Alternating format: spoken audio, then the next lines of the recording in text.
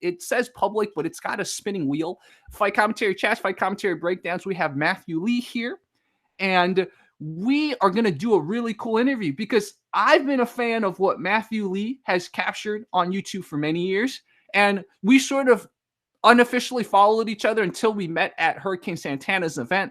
And then we recently found out that we kind of live near each other. So I think it's a good time to, one, involve Matthew on fight commentary breakdowns more. And two, we're just going to hang out. We're going to talk Kung Fu. We're going to talk Wushu. We're going to talk a lot of stuff. And so this is going to be fun. So Matthew, welcome. Thank you for having me, Jerry. So I think a very fun first thing we could do is, what is the origin story behind your channel name? Obviously, it's a very cool name. So what happened? Like, where do we get NexusJunisBlue? Okay, so I'm actually an Ultraman fan. So like, if you watch, or I think by now people are pretty familiar with like things like kaiju or like tokusatsu, which is basically like the special effects, like things like Super Sentai, which is the origin of the stock footage for Power Rangers, which I also watched as a kid too. Kamen Rider, and of course Ultraman. These are like the big three like Japanese kids TV shows. I was a big fan of Ultraman, and long story short, I watched Ultraman Tiga on Foxbox, which replaced Fox Kids on channel 5. I remember that. Yeah, and I was like, holy shit, these people look like me, but with really funny dubbing, right? Yeah. And the show I didn't realize was actually like made way back in the 90s, but it aired in like 2001, 2002. Yeah. And that's how I got into Ultraman. But the name was when I was still watching like fan subs of a then more recent Ultraman show called Ultraman Nexus, right? Now this is a bit more of it was more of a dramatic show, so it was more based on like teen drama, and is a lot more like mature, I would say. It's still a kid's show, but it wasn't as successful, but I liked it because I was like, oh, it's edgy, and I was a teenager, and you know, when you're a teenager, you got all these hormones and you're kind of angry all the time. So I liked it. And the show has multiple Ultramen actually. One of them is called JunisBlue. And I was like, well, my favorite color is blue, and I like the kid that played him, right? Because he was a lot like Spider-Man. Spider-Man's also my favorite like Marvel superhero. So mine was Marvel-wise also Spider-Man. Oh yeah? Yeah. Nice. So yeah, anyways, that was the YouTube account name or handle that I originally used because I was commenting on Ultraman videos at the time. I actually had nothing to do with I did follow Wushu videos because I'm a Wushu kid, but you know, I wasn't really uploading anything Wushu until I had like a Chinese teacher in high school. I was a really bad student, by the way. And she convinced me to enter into like this video contest, which I don't think I even did. She was just like, oh, you just have to upload something. And I didn't have anything except for Wushu stuff. So I just ended up uploading. I just kept going. And then, you know, I've always been a fan of Chinese martial arts. So even though the YouTube account name has nothing to do with Wushu or Chinese martial arts, that's mainly what I follow and upload. Wow, dude, I love it. So I'll just tell you, I got into Ultraman when I was in China. I had a friend who was really into it, and Seven, right? He was into Ultraman 7. Oh, Ultra 7. Yeah, the Ultra 7. Yeah, the guy who did that, exactly. So that's what got me into Ultraman. And when I came to America, obviously Asian culture wasn't as in the public consciousness as it is now. But I remember finding Ultraman Tiga on Fox in the mornings on Saturdays. So I was like, what the heck? This is so cool. And yeah, the dubbing was pretty bad. And like, the thing about Tiga was that he was sort of like not the best done Ultraman. Like he sucked at fighting half the time. He was getting beat up. It was a really disappointing Ultraman. But still, like you said, the fact that there was representation back in the day on Fox, I was like, this is so cool. So yeah, I had a very similar relationship with Tiga. I'm like, he's not the best Ultraman, but at least he made it to America. Dude, you know, people make fun of that dub so much. There's like when like the team, you know how they have a team of like special monster task force people in every show, right? That's like one of the biggest tropes. And when they're looking at the monster, one of the officers is like, I think it was Munakata, right? He's looking at it, and then the dub goes, "Looks like my mother-in-law." So you can tell they really didn't care. Like they gave zero shits about taking it seriously. Yeah, exactly. And do you think back in again, this is so many years ago, but did they abridge it? It felt like because there was only like half an hour. They must have cut out segments. No, they 100% did, and from what I understand, that's typical with Japanese or really in any import, right? Because there were commercials for it being unedited and uncut by Funimation, and I bought those DVDs, so I know for a fact that it's number one, they didn't release the whole show. They only released like half of it. I'm guessing because it didn't have good ratings, and that sucked for me because I wanted to see the whole show. Eventually, of course, I did, but they only dubbed like the first half. But the original, the entire series is released with subtitles and the original like dubbing and everything on DVD. But I'm pretty sure you can find it on YouTube now too. Wow. Okay, I gotta look this up. Yeah, because that was part of my childhood. I was so excited. I was so excited about. Nice. Yeah. Nice. Wow. This is so cool. Like this is epic. That I found another person who watched Ultraman Tiga. The only other person growing up was this Japanese friend of mine. He was Japanese American. He was half Japanese, but he watched, obviously he knew the Ultraman series, and he also, like me, didn't like Tiga because he was spoiled by other Ultraman series. Really? Ultraman were better. He had one he recommended called Ultraman Daya or something like that. I don't know. Dyna's the one after. He's the red and blue one. He's the successor of Tiga, and then Tiga's like the red and purple one. Yeah, that is so strange to hear that because Tiga, from what I understand, is the most popular one in the Heisei era or the 90s era. That's so crazy. See, it makes sense why they put Tiga. They brought in Tiga if he were the most popular, right? Right. So yeah, but I remember he would always say Dino was way better, and I never watched any Dino, so like I don't know. But dude, I think you and I should do this together if you're down. We should review some Ultraman fights together. I would love to, dude. Because here's the thing. Let's be real. It's just a bunch of guys in costumes, right? Yeah. But what I liked about Tiga is that if you watch it again with the original Japanese dubbing, which of course takes it much more seriously, it's campy, but it's kind of like Sam Raimi's Spider-Man movies. It's got heart. It doesn't pretend to be anything else. Yeah. And they're really cool character and plot dynamics, which is pretty impressive for like a half-hour show. Yeah. Yeah, I'm down. Okay, perfect. Now I don't want to link this because, again, I don't want YouTube to think I'm promoting this, but I found unofficial uploads on YouTube. I don't know if they got permission from the Japanese company, but I will be watching it later. They 100% did not. I remember those things got copyright stricken so much when copyright strikes became a thing. So yeah, 100% did not. Wow, but I know where to find some. Oh, this is so cool. Oh man, dude, Matthew, I'm so glad we did this interview. Like, I haven't talked Ultraman for a long time. Oh, it's in Japanese too. Perfect. Oh, it's in Japanese. All right. Oh, this man, it's pretty cool, man. I was that weird kid in middle school and high school that was way into like Ultraman and Kamen Rider. Like I was basically the weird anime kid, but without anime. That's funny. And before anime became like a mainstream thing that everyone took pride in. Yeah, it's cool now. Yeah, now it's cool. Dude, it's so funny. Like, you and I are from the same decade, right? We grew up before Asian culture was truly cool. Like, Asian culture was very niche, right? You had your kung fu people, you had your anime people, but it wasn't like generalized. And a lot of respect to the Koreans for making it generalized. Like, everyone knows K-pop now.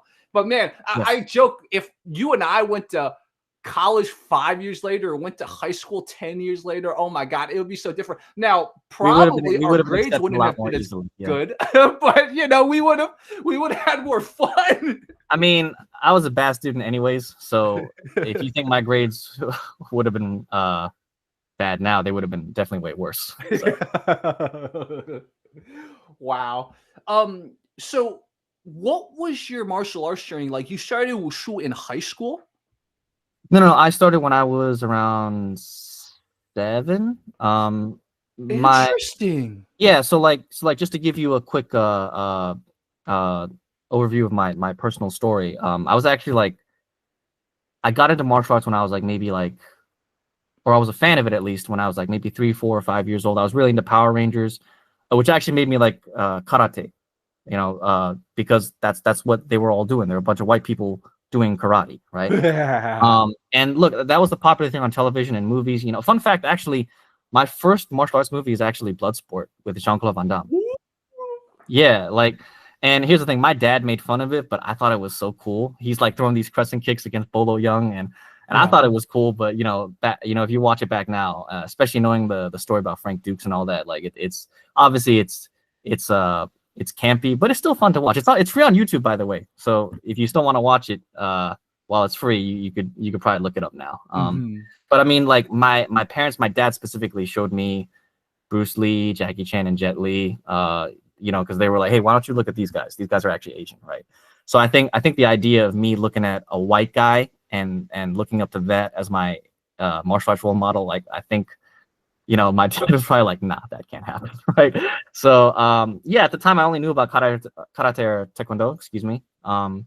I thought they were the coolest ones. Pretty mainstream, to be honest with you. I can see why it's so easy to get into those and why those are more mainstream and successful. Yeah. But actually, my nai, right, my paternal grandmother got me into Wushu because she referred my dad to a Chinese school program that offered Wushu at, I think, Tilden Middle School. It's like 20, 30 minutes away from where I live. And like my dad came up to me. He was like, do you want to try, Wushu, right? Or do you know what Wushu is? And I was like, he speaks with a Taiwanese accent. So when they say shu or any sh sound, it's really a s sound, right? Yeah. So it's really confusing to hear if you learn pinyin like I did in Chinese class. But yeah, he was like, have you heard about Wushu? I said no. And he's like, you want to try it out? Or would you like to try it out? And I was like, okay. And that's how I started. I trained since I was 7, and I started competing in when I was 14. And keep in mind that when we say Wushu, this is really modern sport or contemporary Wushu, Taolu or forms, or the dance fu as you call it, right? Yeah. And you talk about Jet Li. And I competed in that for most of my teen years. And I made the U.S. Wushu Taolu team for juniors in 2008, and then I didn't make it in 2010. For the adult team or senior team, I made it in 2011, 2013, 2015, 2017, and then this is all like C team, by the way. It's not like I was like going to Worlds or anything like that. I only went to Pan Am's. So like C team is like the bottom of the pedestal. It's like the alternate of the alternates. So eventually, when I didn't make the Taolu team anymore, I pretty much had overstayed my welcome, and then I eventually transitioned into Sanda because I wanted to get a fight before I was 30, right? Like I could keep doing forms all I want, but kind of like what you said, like forms are forms. Like what's the point of doing just forms if you really care about fighting? And for me, I've been a fan of Chinese martial arts and fighting, and if my personal opinion is if you talk about fighting so much, you probably should get some sparring or competition experience. So eventually I just went straight into Sanda. So I'm basically just a Wushu guy that picked up a little bit of Sanda. Wow. And where did you train Sanda? This was originally at the Wushu school that I used to go to. This was US Wushu Academy. Oh. They did have a Sanda program there, but the thing about that is I was just learning it because I just wanted to have fun, right? One of the Wushu legends back then, Zhao Changjun, who was Jet Li's competitive rival, said that if you want to be a real Wushu expert, then you should learn both Taolu and Sanshou. It was called Sanshou back then, but he said it was like walking with one leg, not two legs, because it's not good if you only know one side of the sport and then don't know anything about the other discipline. And that kind of inspired me because Zhao Changjun is like my Wushu idol. Like to me, he's like the GOAT, So that kind of inspired me. And but the thing is, like when you do that, like it's not necessarily technical. Like you're hitting pads, you're hitting the heavy bag, and you're, even if you spar, just because you spar doesn't mean that you're really being technical. I actually started like almost relearning everything at Go's Kung Fu. This is when the now former head coach, but he was head coach of the U.S. Wushu Sanda team at the time, Coach Yi Yuan Li, or Li Yiyuan, came over to Go's Kung Fu in 2015 to teach Sanshu or Sanda seminars, right? And he taught all the Kung Fu students there the bare basics from the beginning, right? Your guard, your basic punches, your basic kicks, right? Front kick, roundhouse kick, side kick, and I mentioned this on another podcast with my Wushu hermano, Coach Edgar Ruiz, the Lei Tai Project. Shout out to Edgar and the Lei Tai Project.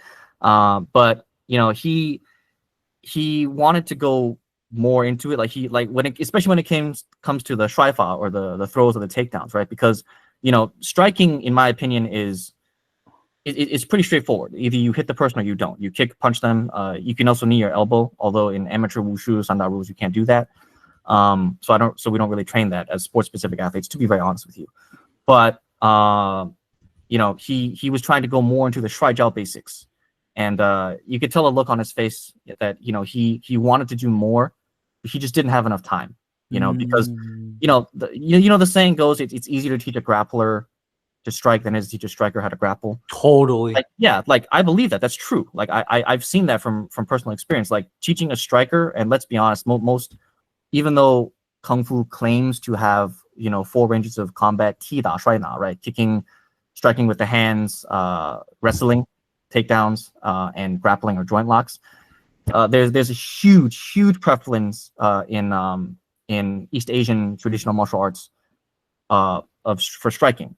So, a lot of people, especially in the U.S., when it comes to Kung Fu, are predominantly strikers. Yeah. Unless you train Shrijiao, but then again, that's very rare, to be honest with you. So, the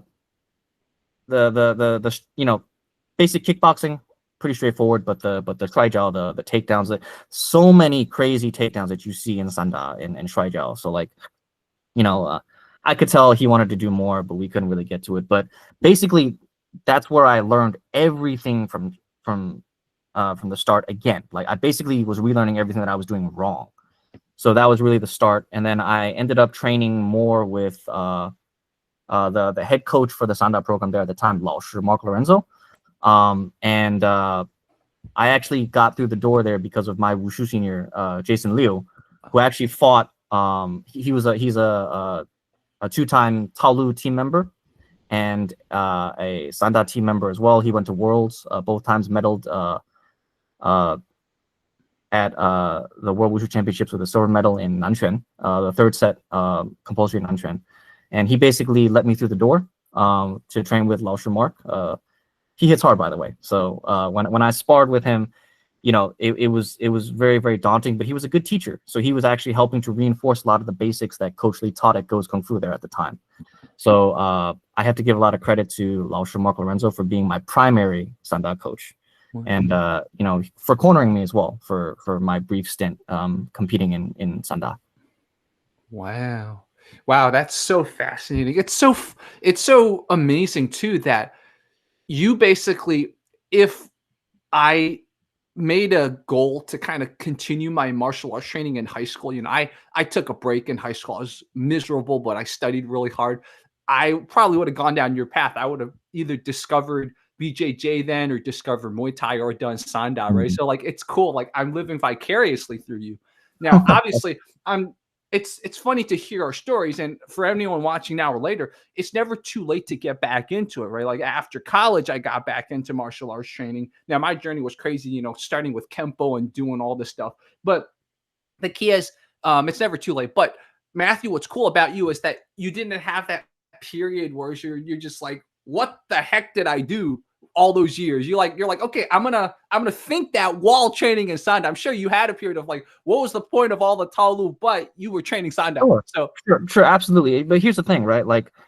I definitely had my own problems with what I thought Wushu should be versus what it is. And to me, when you're conflicted about the model of what you think or what you think the ideal of something should be versus what it actually is in real life, that's a you problem, right? So so in my case, that's a me problem. And when I just accept the fact that, you know, Taolu, by any definition of that word, right? Whether you're doing forms for a traditional style or for sport like I did, that still doesn't teach you how to fight, right? I think Ranton spoke about this very, very well, which is that even if he learned like applications in you know, in Shaolin Quan, right, or Shaolin Wushu, like it's laughable to think that you can even fight with that if you've never trained it, right? So part of that was just being intellectually honest, and I'm actually glad that I got into Sanda as a combat sport and sort of followed the path of an athlete, because if I didn't, like, I wouldn't have kept myself accountable and honest about my performance, right? In my opinion, it's way easier to stay in your own little box and believe whatever you want to believe if you've never really tested yourself. And I sort of wanted to draw a line personally that I didn't want to be that guy. I wanted to be honest, you know, and I didn't care if I sucked at it. I just wanted to do it.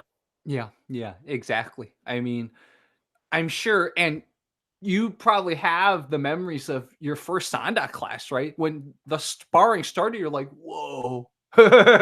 Yeah.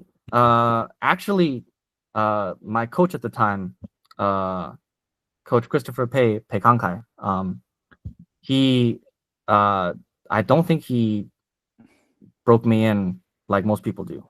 He got like one of those like tiger claw clapper targets, and he just held it in front of me, and I was basically just doing round kicks on it, like Taekwondo.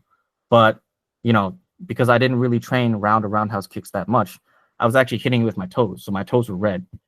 He was like, your toes are red, right? Like he's like, you're kicking it wrong, and you know, you could tell that I wasn't experienced at all with sparring or fighting techniques.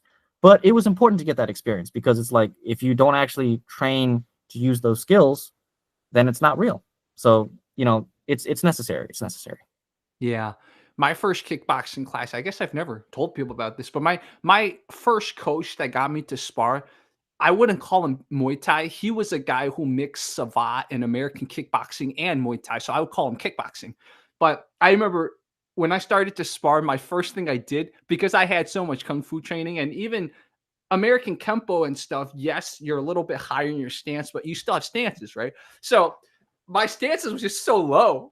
And obviously, I got the big legs from it, so I have enough muscular endurance. But my coach is like, Jerry, don't be so low. First of all, you're not as mobile. Second of all, you will tire yourself eventually, right?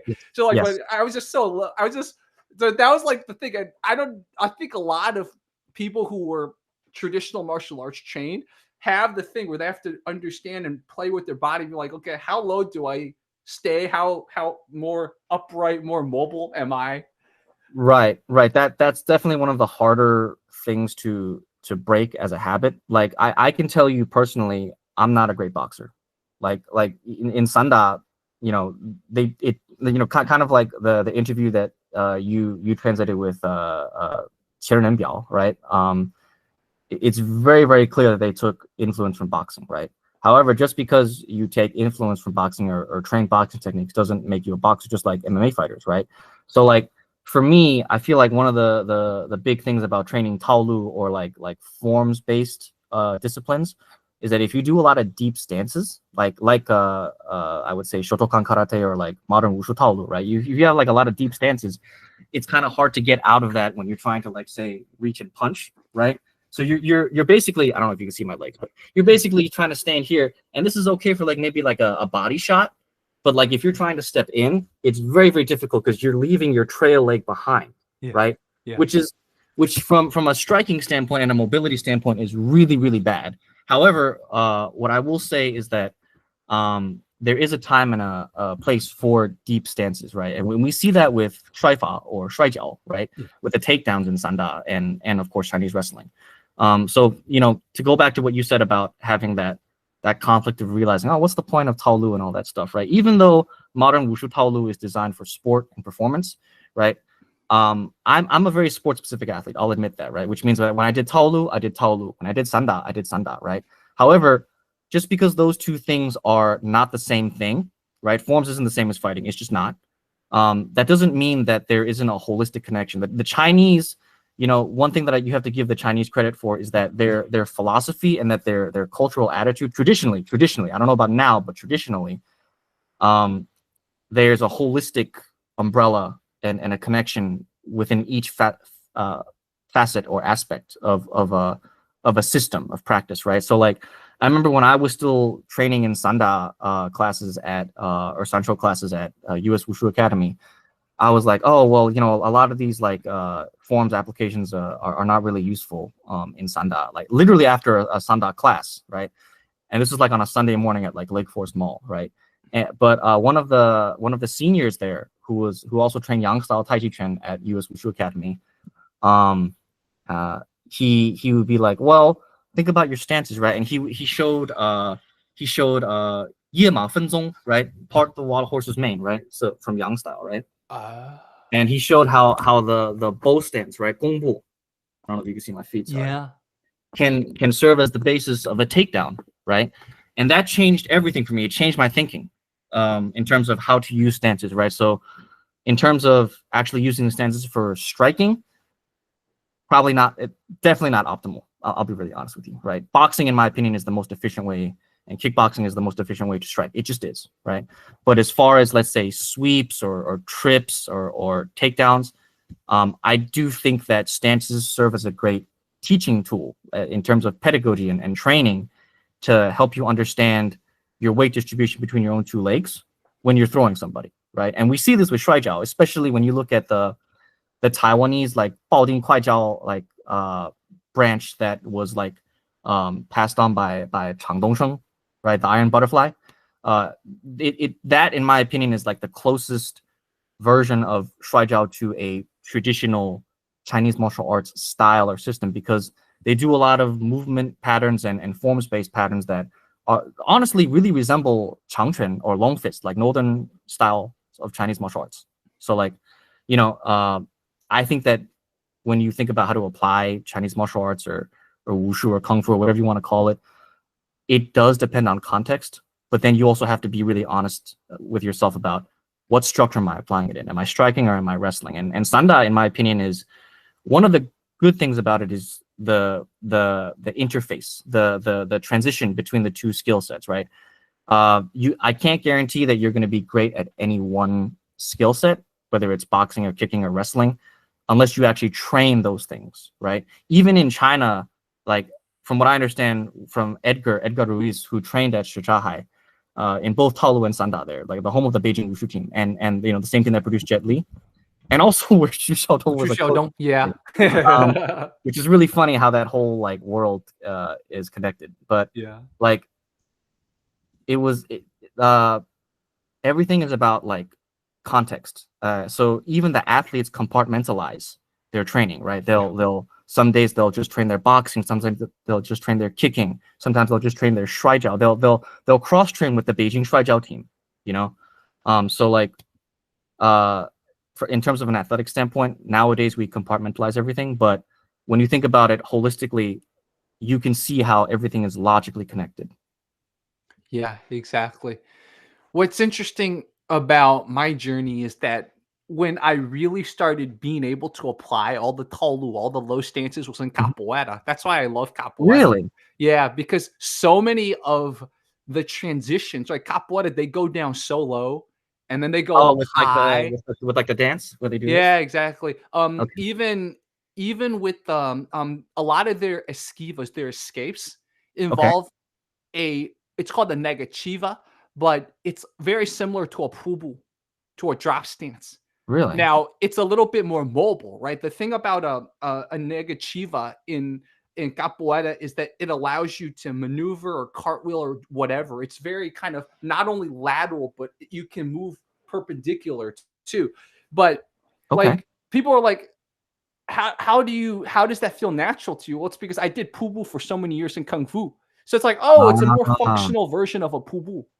So like things like that, or there's some capoeira kicks that they call it cocarinha, take a dump. But it's basically the Asian squat.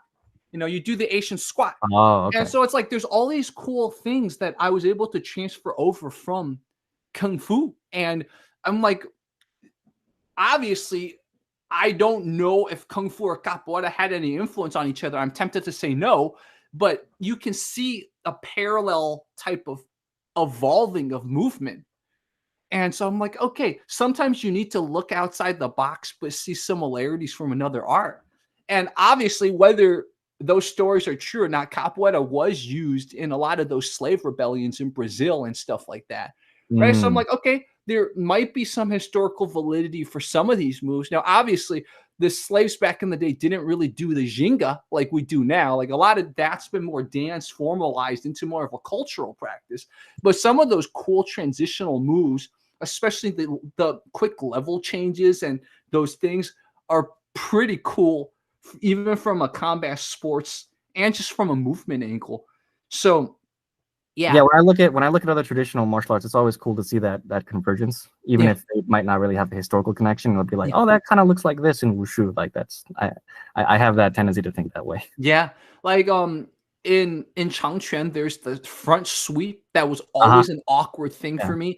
In capoeira, it's called the haistera, and the mechanism, because you're actually doing it on a opposing opponent, right? Not just doing it in a form. It made the front sweep make sense for me, because I remember the whole front sweep in the Taolu. It was like, it's basically a balancing act. It's like, whoa, but like, how am I going to sweep someone with a front sweep and not fall over myself, right? Because if you don't do it on a opponent, you don't understand the weight distribution. Now the haistera, your weight's going like this while you sweep. So it's like, okay, I get it now. So it's like, it's so weird that like so many of these kung fu moves that I wasn't able to do because I didn't do Sanda, I was able to be like, oh, if you were to functionalize it, this is how it works, because we have capoeira as an example. Yeah, in Taolu, because it's very much a finesse and performance sport, you're actually pivoting and pirouetting on the ball of your foot, right? In Sanda, they actually change it. So like when you sweep, you're actually posting completely on your leg. Oh, so, to me that makes a lot more sense, because Taolu has this like has these regulations or rules where the sweeping foot has to like still make contact with the ground, so it's less of an actual kick and more of just a spin, right? But if you're using it or functionalizing it, if you will, they actually treat it like a straight kick, like you're basically reaping someone's leg out from under them. Yeah, exactly. So again, I don't know how popular Wushu is in America anymore, but for anyone training Wushu who wants to be like, okay, what do? I do recommend do Matthew's journey. Kind of try kickboxing, try Sanda, try Muay Thai. Like very quickly, safely go and see how much of it you can apply into an actual pressured environment. It's very important for your growth as a martial artist, in my opinion. Now, if you just want to dance is fine. But obviously, most of us, I think, got into Wushu because we're like, okay, it's got self-defense capabilities. And to its credit, even if you just do dance, I still think it'll help you in a fight a little bit better than a person completely untrained. Now, you just have to realize that, okay, don't get false confidence either, right? But like it does, from a person that's never done Wushu fighting a person that's done Wushu, and if they're the same level of aggressiveness, I think the Wushu person will have an edge. Yeah, the athleticism, I think, is for whether you're a dancer or a Taolu athlete, I think is a huge factor. I remember Zhao Changjun, he was interviewed on Kung Fu Tai Chi magazine, and the article was titled "Where Wushu Went Wrong," right? And this is like around the time Wushu tried to be Olympic, and back in like 2008 when the Beijing Summer Olympics were about to happen. But like he basically said that he got in a fight with like 7 or 8 people at the movie theater with like a teammate, and he said he just beat him up because like, and the reason why he said that though is, number one, he was trained traditionally in Chachuan or Jiachuan, which is one of the base styles of modern Wushu Changchuan, right? So a lot of these postures, right, that you see in modern Wushu Changchuan, they come from Chachuan or Jiachuan, right? And he also learned Shanxi Hongquan, right? So a lot of these northern traditional Chinese styles, I think he learned Zuiquan, drunken fist, and Houquan, monkey as well. But his teacher Yuan Run actually like would actually beat him with a stick. He would be like, you had to learn the application for every single technique. Otherwise you get beat, right? And I think his father specifically put him into traditional wushu because he wanted him to defend his sisters, not himself, his sisters, because he was afraid that his father was afraid that his daughters would get taken advantage of. Yeah. So he put his son Zhao Changjun into martial arts specifically to fight, to be able to defend his family. And then of course he eventually went the way of the athlete in modern wushu. But his grandfather was a traditional like Chinese medicine doctor. He did not want him to go that way, probably because of the traditionalist culture versus sport. Yeah. But Zhao Changjun specifically credits his athleticism for winning that fight. Wow. And I agree about the dancer thing. Like I'm pretty confident that if you give a dancer a solid year of like boxing and wrestling, he's gonna starch someone that like is a so-called lifelong martial artist, especially if they don't spar. Right, especially if they don't treat themselves like an athlete, like in Bruce Lee sports. Like, Bruce Lee, definitely said that, or definitely advocated for the martial artist treating themselves like an athlete. And I agree with that. It's a very physical thing. You should treat yourself like an athlete. I believe there's a Chinese saying, and you probably know it too, right? I think it goes 一蛋二力三功夫, right? So like the first is dan, right? Or like courage, right? Coach Lee calls it balls. You gotta have balls to fight, right? And one of the Wushu grandmaster Cai Longyun, who I think was one of the few Chinese fighters who actually fought foreigners and won in China. He's a grandmaster. He's the late grandmaster of his family style of Huaquan, another base style of modern Wushu Changquan. He said, the first question you should ask if you're gonna fight in wushu is 你敢不敢打? Do you dare or do you not dare to fight? If you don't dare to fight, don't even talk to me about fighting, right? And the second one is li, right? Strength or power, right? We can amend this to say athleticism, right? That's where like physical fitness, athletic conditioning really matters more so than technique. That's why kungfu, your so-called kung fu or your martial arts, is the least, right? It's not to say it's not important, but it's of all three things, it's probably the least important, right? Because no matter what, doesn't matter what style you do, like the martial arts style doesn't really matter. Like, let's keep in mind, like, I'm a wushu guy, right? Most wushu taolu people don't really even train to fight. But if you did, and you treated it seriously and you trained yourself like an athlete, like even dancers, I'm pretty like confident, like, and I can speak from empirical experience and observation, like they tend to do very well when they train themselves like athletes. And I think that's the main driver, right? I'm not going to pretend that modern wushu taolu has better technique than traditional kungfu. It doesn't, right? Because it comes from traditional Chinese martial arts, but it waters it down for sport and standardization purposes, right? But like, again, technique, in my opinion, matters the least, because I think, what was it? Vincent Soberano, right? The former head coach of the, I think it was the Black Tiger MMA club where Zhang Weili fought out of. He said on Humans of Fighting that technique is just technique. If you don't have the strength to apply it, it doesn't matter. Yeah, exactly. These are such great topics. And the video I just released on Fight Commentary Breakdowns today was about that, because it was framing the bodybuilders going in dojo storming. And obviously we like to watch when the bodybuilders get destroyed. But I interviewed a fighter. He's been fighting like more than 10 years. He's a CPROT. So he lives in Cyprus. He's a CPROT viewer. And I got the counter side, because being a pro fighter, he sparred big people, and he'd be the first one to admit, oh, they're hard. They're, especially if they have like 50 pounds on you and they have 6 inches on you. It don't matter if they've only trained like a month. If they hit you once, that could be bye-bye, right?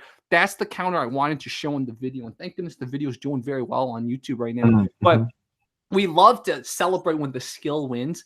And I do fault Brazilian Jiu-Jitsu a little bit for being the guys that really kind of made people think that it was never about size. Skill will always triumph. Oh, yeah. But the truth of the matter is, like you said, yidan, er, li, right? That's what you said. The willingness to fight, and then the ability / the athleticism, the power, those are the fundamentals.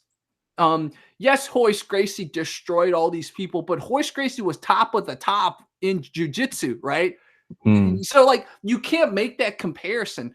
An average jiu-jitsu blue belt, I don't know if that guy can take on a bodybuilder. Yes, we see examples of YouTube of the blue belt winning, but you just have to remember what examples represent the average reality of life, right? And why Stas is the viewer from Cyprus, why I wanted to hear his stories. It's just, you have to understand that size, athleticism matters a lot, a lot. Now, obviously, the debate is always going to be, okay, where does the skill, the kungfu, the training, where can it kind of supplant that, right? But we can never disregard the fact that, okay, if a guy has 50 more pounds of muscle on you, a lot of times it doesn't matter. No, 100%, man. Like, I don't care if it's striking or grappling. Like, I'm training BJJ at CPMMA, Combat Principles MMA, formerly College Park MMA. Shout out to CPMMA and Coach Joshua Peters.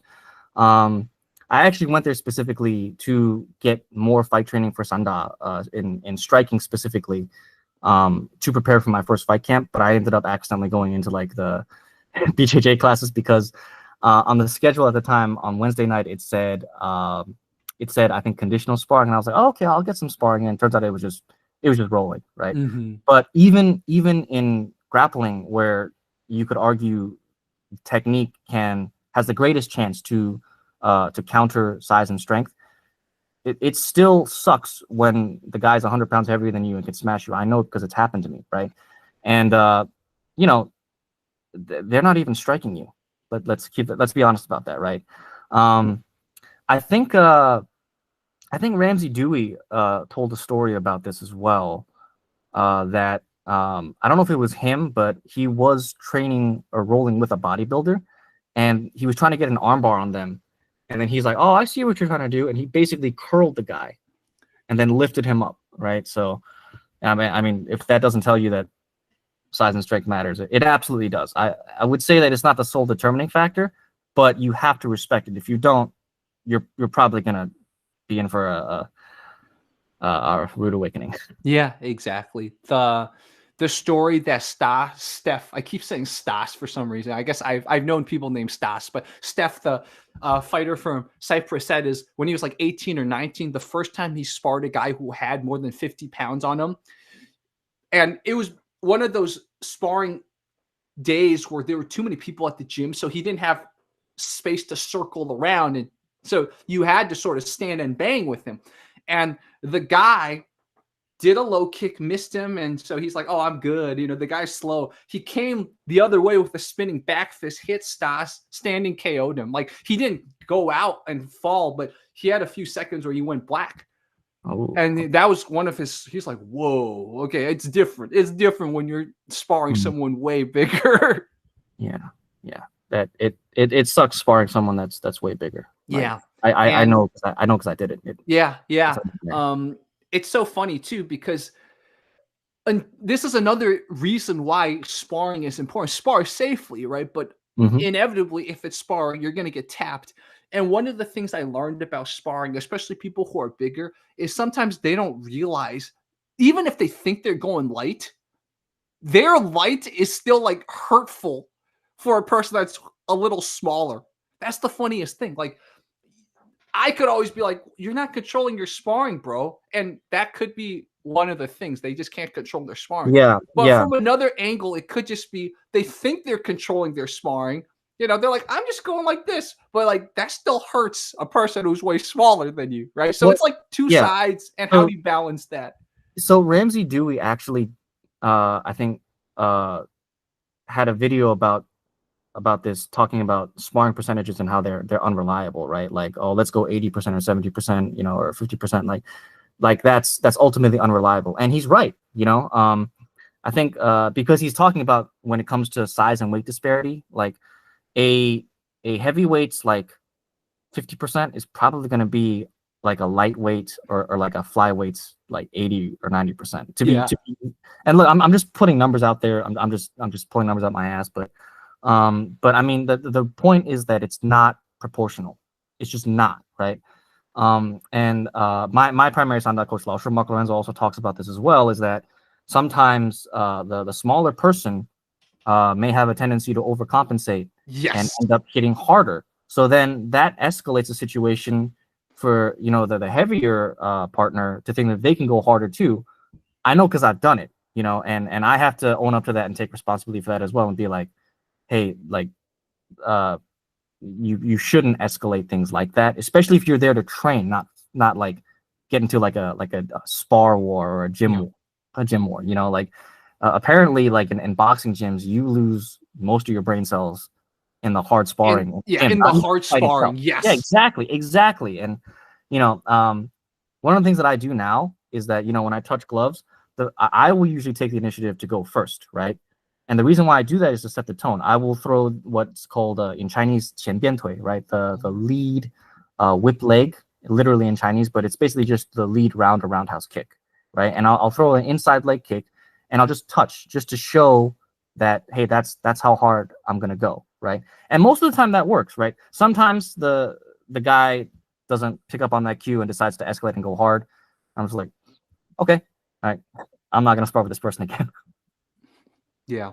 And this is a topic I think we should definitely expand on. What Matthew said there, I hope everyone understands. Don't ever feel obligated to spar with someone.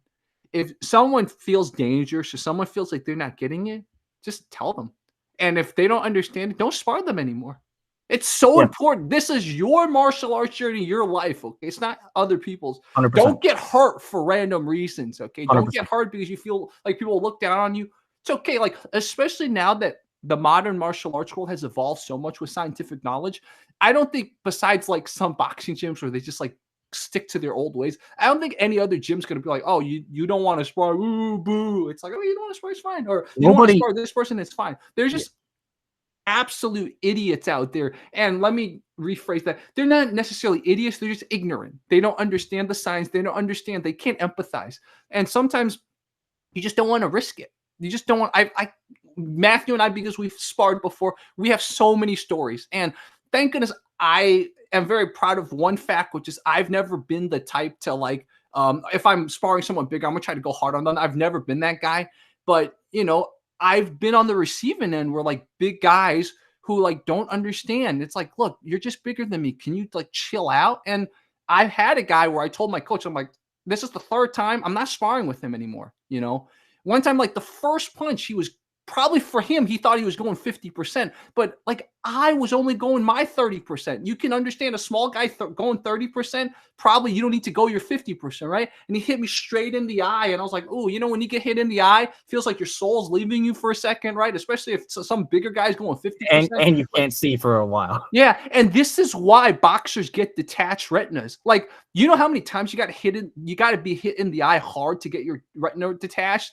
Like, that's a sign that boxing gyms spar too hard. Like, people don't realize that your retina, it's not that weak. It doesn't just detach from getting hit once. Okay. We humans are not built that weak. You have to get like hit like 1,000 times really hard in the eye for the retina to detach. My Sanda and BJJ senior at CPMMA, who's also a professional lightweight MMA champion, Bianchi Zimmerman, I believe he was the inaugural lightweight MMA champion at Fight World, or sorry, Stellar Fights, my mistake.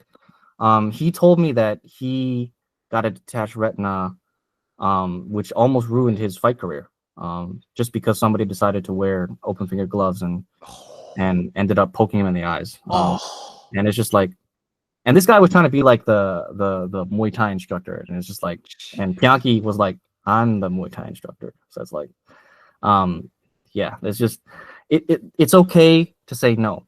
Say no if something feels off, and I would say this is not just martial arts advice, it's life advice. I should have taken this advice way earlier in my life. I've gotten to a point in my life where, number one, I'm more selective of my sparring partners, and if I'm uncomfortable with something, I say no. It's okay to say no. Yeah. Usually what happens now when you say no, like people that actually don't pressure you anymore, they're just like, oh, okay. That's usually what happens, right? Yeah. So like, and if you're still uncomfortable saying no, there are still things that you can do to add on to what Jerry said about placing yourself, in safety and putting yourself out of harm's way, you can do passive things, and I do these by stepping off the mat. Yeah. Like if you don't want to spar a roll, people aren't going to come up to you unless they really, really want to. Yeah. Which they usually don't, but if they do, then you can say no, Yeah. right? But like if you tap out and you take yourself out of the equation, you remove yourself from the equation entirely, which I think is also, in my opinion, great self-defense advice as well. Like just don't put yourself in situations you don't want to be in. You're going to be fine. You'll be safe that way, and then nothing will ever happen. Yeah, exactly. The unfortunate thing, and I think what gets people to not want to spar in general, not want to train combat sports, is the unfortunate sparring element. There is an element of danger if it's not done right. Yeah, it's just, this is such a great topic because you and I both come from traditional arts. So it's like when we stepped into that world, first of all, I honestly never thought I'd spar.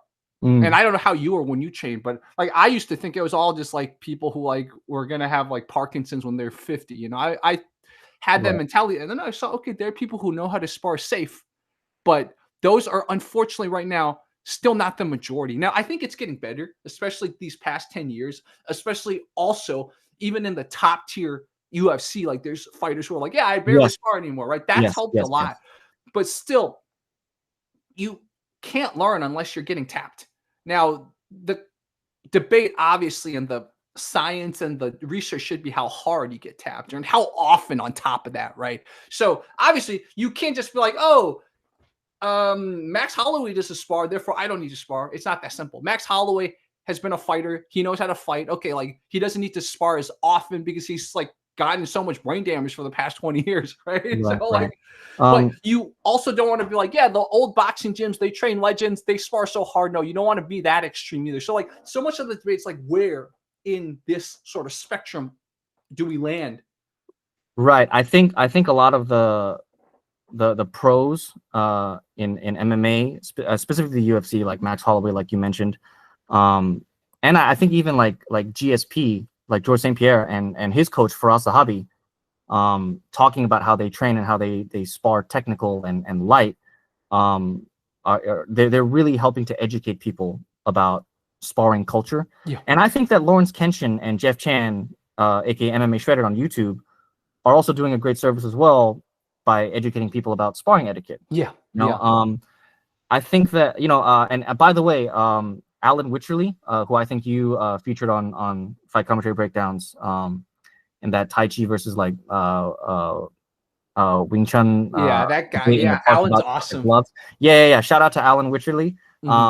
His YouTube channel is named. It used to be called In Defense of the Traditional Martial Arts. Now he changed it to Crack Fu, which is hilarious. I love it. Right. I think he and Mike Graves, which I think is called Low Slick Kick, Long Fei Tai Chi Chuan.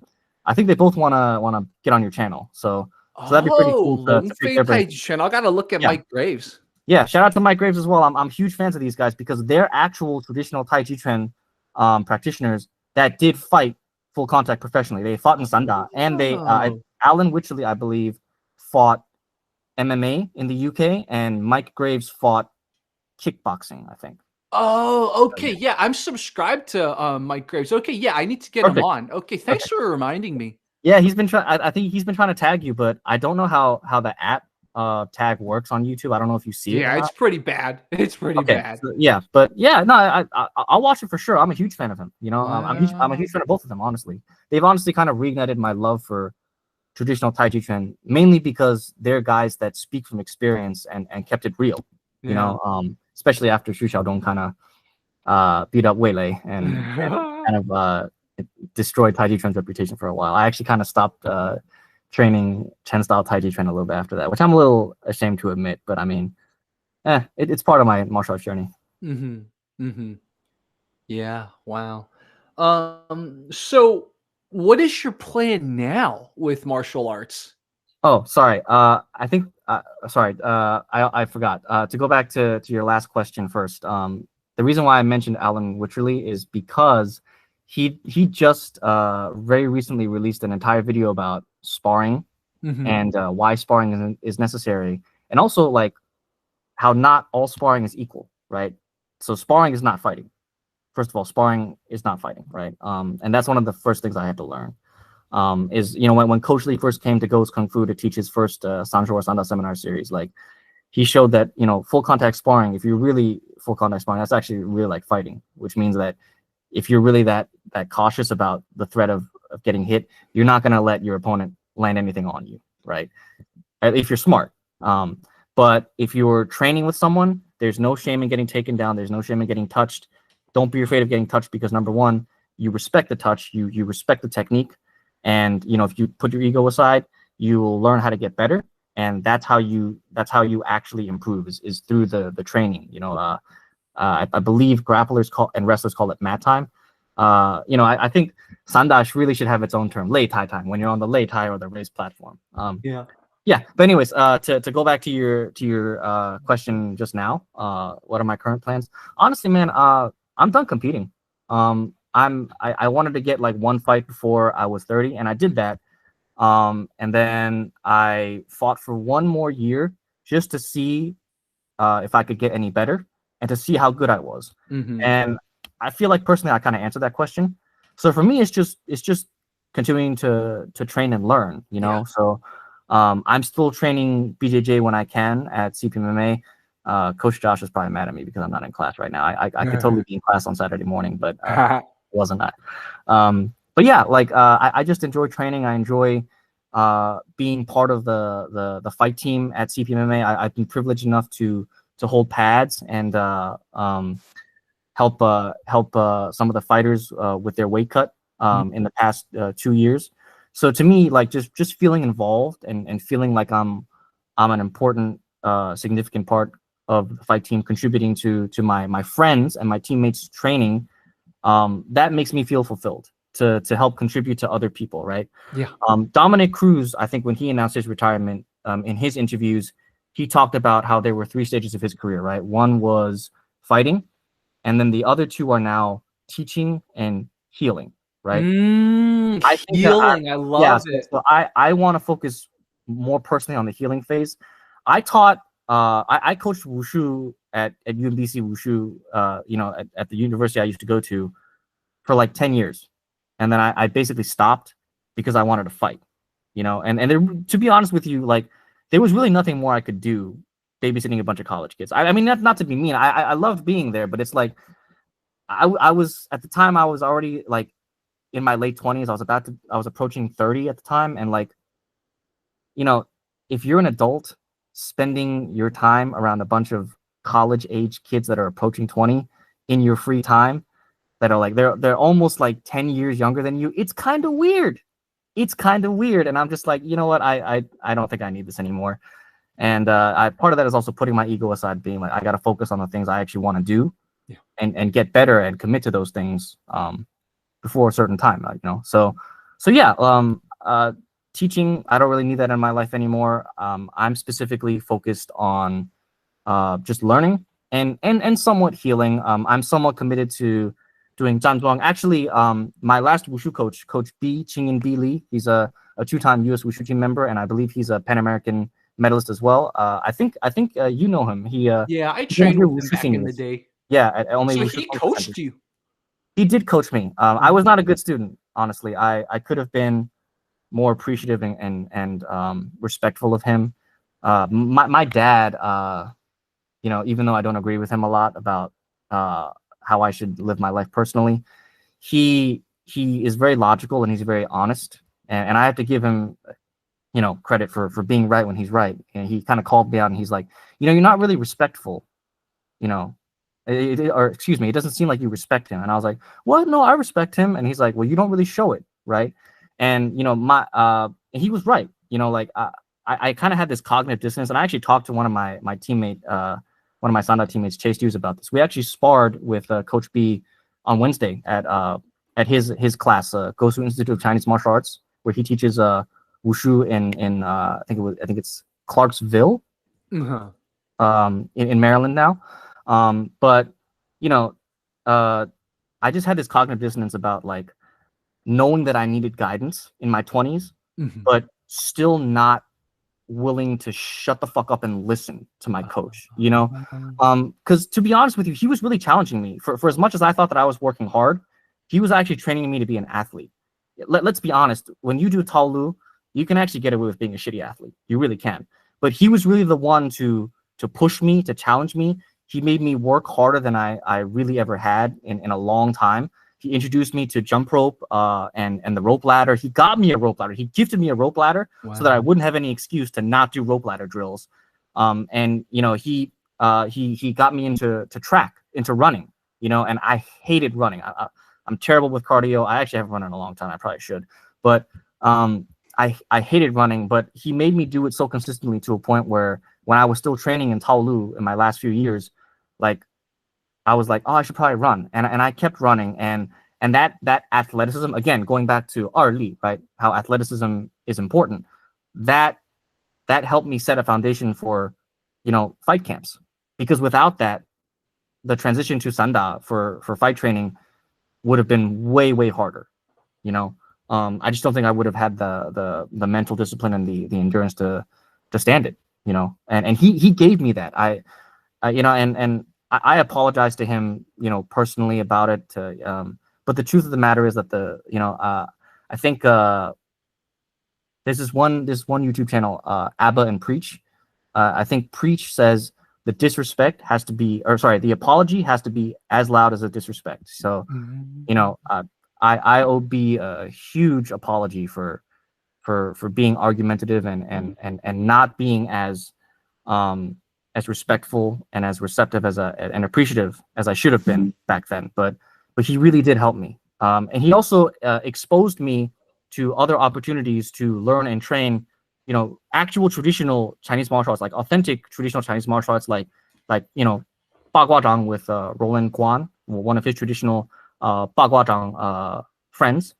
And also he got me into standing meditation, Zhanzhuang, you know, like which it seems like a really weird thing. Like I remember when I was doing it, I was like, this is cool for like martial arts and meditation and all, but what's the point of this, right? He made me do it every day for 10 minutes for my training camps for Taolu. And like it seemed really dumb to do a stationary pose for a sport that you're moving around in all the time.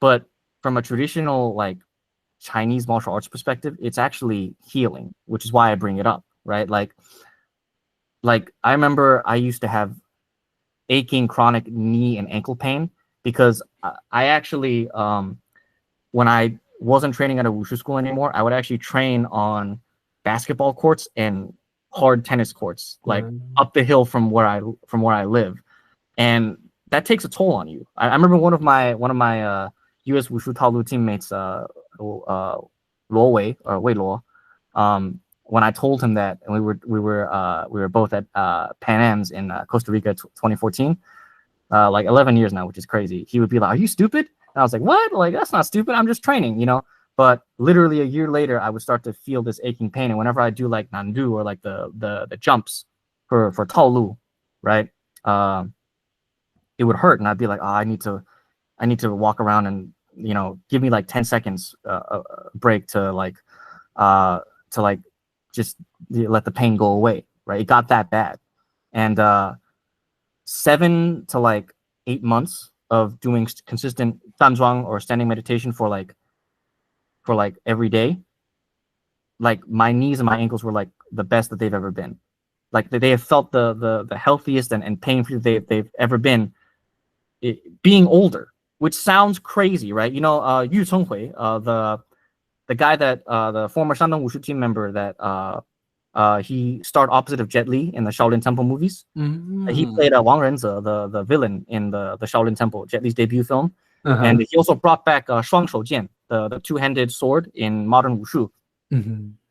He said that, or actually, excuse me, I think it was Grandmaster Pan Qingfu. He was also one of the villains in the Shaolin Temple. I misspoke. I apologize.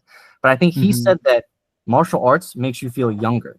I didn't know what he meant by that, right? Like training martial arts makes you feel younger. It's like, because I mean, let's be real. When you get older, you're going to slow down. You just are, right? And there's going to come a point where you probably can't train as much as you used to anymore. But when I look into, like, let's say the internal or the soft side of, let's say, Tai Chi Chuan or Xing Yi Chuan or Ba Gua Zhang or Yi Chuan or Da Cheng Chuan, which from what I understand, that's the specific system under Wang Xiangzhai, the style that actually popularized Zhanzhuang, and then all the Tai Chi people ended up adopting it after that got popular. Even though it was mentioned in the Tai Chi classics, right? Xing Yi Chuan people were already doing it as part of like their san ti shi, right? They would hold that posture, you know, for an extended period of time, and then I think Wang Xiangzhai took away the form. He took away the Xing, and he only focused on the Yi. So he developed Yi Chuan from Xing Yi Chuan. So that's where Zhanzhuang comes from. But basically, like, doing that, like, even if I can continue, even if I'm maybe not doing it right, or like I could improve, I can always improve my Zhanzhuang or standing meditation.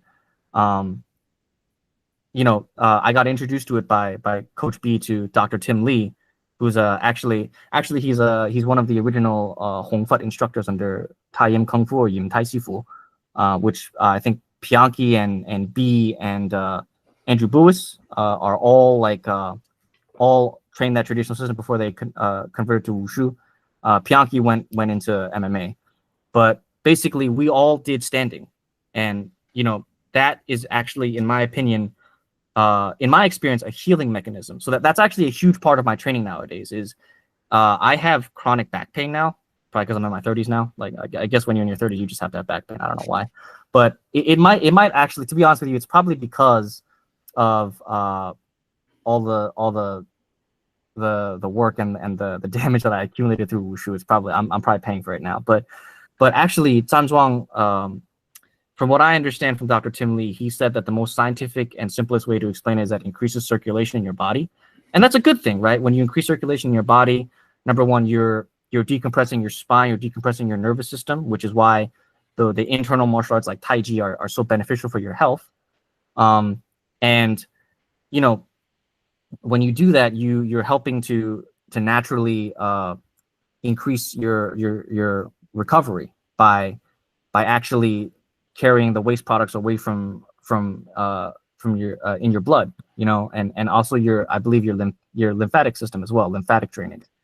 So yeah, that I think continuing to learn new things that I think interest me, doing things that I think are challenging from a recreational standpoint, not competitively, but doing things that stimulate me mentally, as well as, you know, continuing to work out any asymmetries that I have in my body or accumulated through my training. That's a huge part of my my everyday training now, my regular training. Yeah, sorry, I went into a whole tirade there, but yeah. That's important. The other thing I would add about Zhanzhuang, any type of these static poses, is their isometric exercises too. Mm-hmm. Yes. The thing is, and I learned this the hard way, hurting my wrist, is that a lot of times you have to build up the stability before you can strengthen the muscle and the tendons and the ligaments. If you don't have the stability, you're never going to get to the second step. And so Zhanzhuang and all that, besides improving circulation, it is an isometric exercise. It's a full body isometric exercise. And, you know, I'm still getting over my ankle sprain.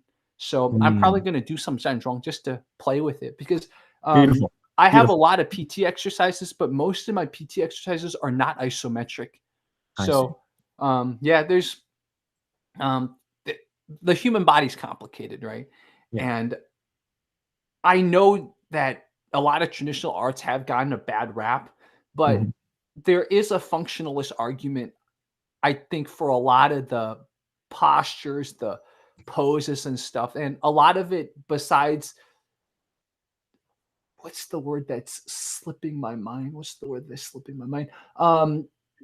It's in the tip of my tongue. Basically, a lot of people argue that like Tai Chi stuff, it's for learning orientation. Like, forgot what that word is. Coordination. There's a neuroscience term that proprioception. Yeah. Okay. So people are like, okay, yeah, proprioception, but that's not just that, right? You mentioned circulation, you mentioned all that. So it's like proprioception, circulation, and stabilize your muscles. I think Yeah. Those three words, those three concepts in itself are very good concepts to start doing isometric / basically static exercises. Oh, by the way, I forgot to mention, for my fight camps, I actually did Zanzhuang for like an hour. Wow. Before I would train every day, or it's not every day, but the days that I would train at least 6 days out of the week. I'd have one complete, not active rest, just complete physical rest day, just to chill and decompress. From what, in my opinion, and from what I understand, you actually need days where you do nothing. Yeah, literally let your body take a break, like not go out and party, not go out. I'm an introvert, so I don't really go out to talk to people anyways. But yeah, just having apparently giving your body and your mind time to decompress is extremely crucial for rest and recovery, right? Yeah. But for me, like when I did Danzhuang for that long, I actually was pretty free of a lot of the shoulder and neck tension that I usually have when I don't do it as much, to be honest with you, right? And the reason why I did that was because Dr. Tim Lee, who introduced, Zanzhuang, well, didn't basically retaught me Zanzhuang. And he said that if you do it for health, you do it for half an hour, right? For 30 minutes. If you are a fighter, you do it for 1 hour. And I didn't really understand why at the time. And when I asked him recently, I'm pretty sure I got the answer that I kind of worked out. But what it basically means is that you need to take the time to rehabilitate and work out your tension, right? So Zanzhuang, mechanically, from a biomechanical standpoint, it's been described as hanging your muscles or your tendons off your bones. So you're physically stretching it using gravity when you think about it from a physics standpoint, right? And that's literally physically decompressing the tension in your muscles manually. But you just have to do it for a very long time, which is why like it seems like a very boring thing to do. But if you do it like eventually, not right away, but eventually, if you do it correctly, it does pay dividends, right? Yeah. So, and he said that when he was training boxing and he was sparring, no matter what, he would do like at least half an hour of the form of Tai Chi Chuan, like before he went to bed, like no matter what, because he needed to work out that tension. Wow. So to me, what I would say is that even though I do things that are not necessarily for fight training, everything in training camps has a specific purpose. I was very intentional about the things that I was doing. I was intentional or purposeful about what I did as part of my training, because, and what I mean by that is everything has to have its place, meaning it can't be replaced by anything else. It has to be there because it serves a very specific purpose, right? Like, for example, if I'm hitting pads, I'm doing that for partner work and precision and distance management, to move with another human body without actually sparring. If I'm going on the heavy bag, I'm doing more power. I'm doing more endurance and conditioning based training, right? I'm kicking the bag with my shin to condition my shins. If I need to cut weight, I'll layer up and literally just do burnout drills on the bag, and obviously you need to spar as well. Not hard all the time. I feel like once you've fought, like, you should probably know what it feels like to go hard anyways. So like you can actually dedicate more of your time doing more technical sparring to actually increase your to drill for consistency and increase your skill level, right? So to me, even Taolu, to be honest with you, I don't really train Taolu anymore, but I still take a lot of that foundation with me. Taolu is not fighting, obviously, but a lot of the movement patterns there, I did use for some of the techniques that I applied in Sanda. So like, for example, like things like if you ever seen Jet Li use his alleged favorite style of Wushu, Fan Ziquan, right? There's a move in Changquan taken from Fan Ziquan called Fan Quan or Fan Tie Quan, right? It's basically like this, right? It's basically a lead overhand, right? I use this in sparring, and even Guan Quan, right? From Changquan, it's like a long sambo casting punch, right? It's basically a long hook, right? And fun fact, Guan Quan is actually the old name that they used in Sanda for the hook punch. That's right. Yeah, they called it a Guan Quan. Yeah. Yeah, but do you know why? It's because, and this is how Sanda is part of Wushu. It's because the terminology came from Changquan or Chaquan or Jiaquan, right? Wow. Because guys like the late Grandmaster Zhang Wenguang, who was a Chaquan or Jiaquan master, was responsible for standardizing the terminology back then, right? Mm-hmm. Obviously, nowadays, the boxing terms are called something different in modern Chinese now. Like, for example, like, the hook is called bai quan, so like swinging fist, which I think is a little bit of a misnomer because then you're going to treat it like a haymaker. Yeah. And the uppercut, which used to be called cao quan, cao, which is when you're literally seizing something with your hand, right? Yeah. Now they call it gou quan, which literally means hook fist. So that's confusing because what they call a hook in Chinese is what they use to call the uppercut.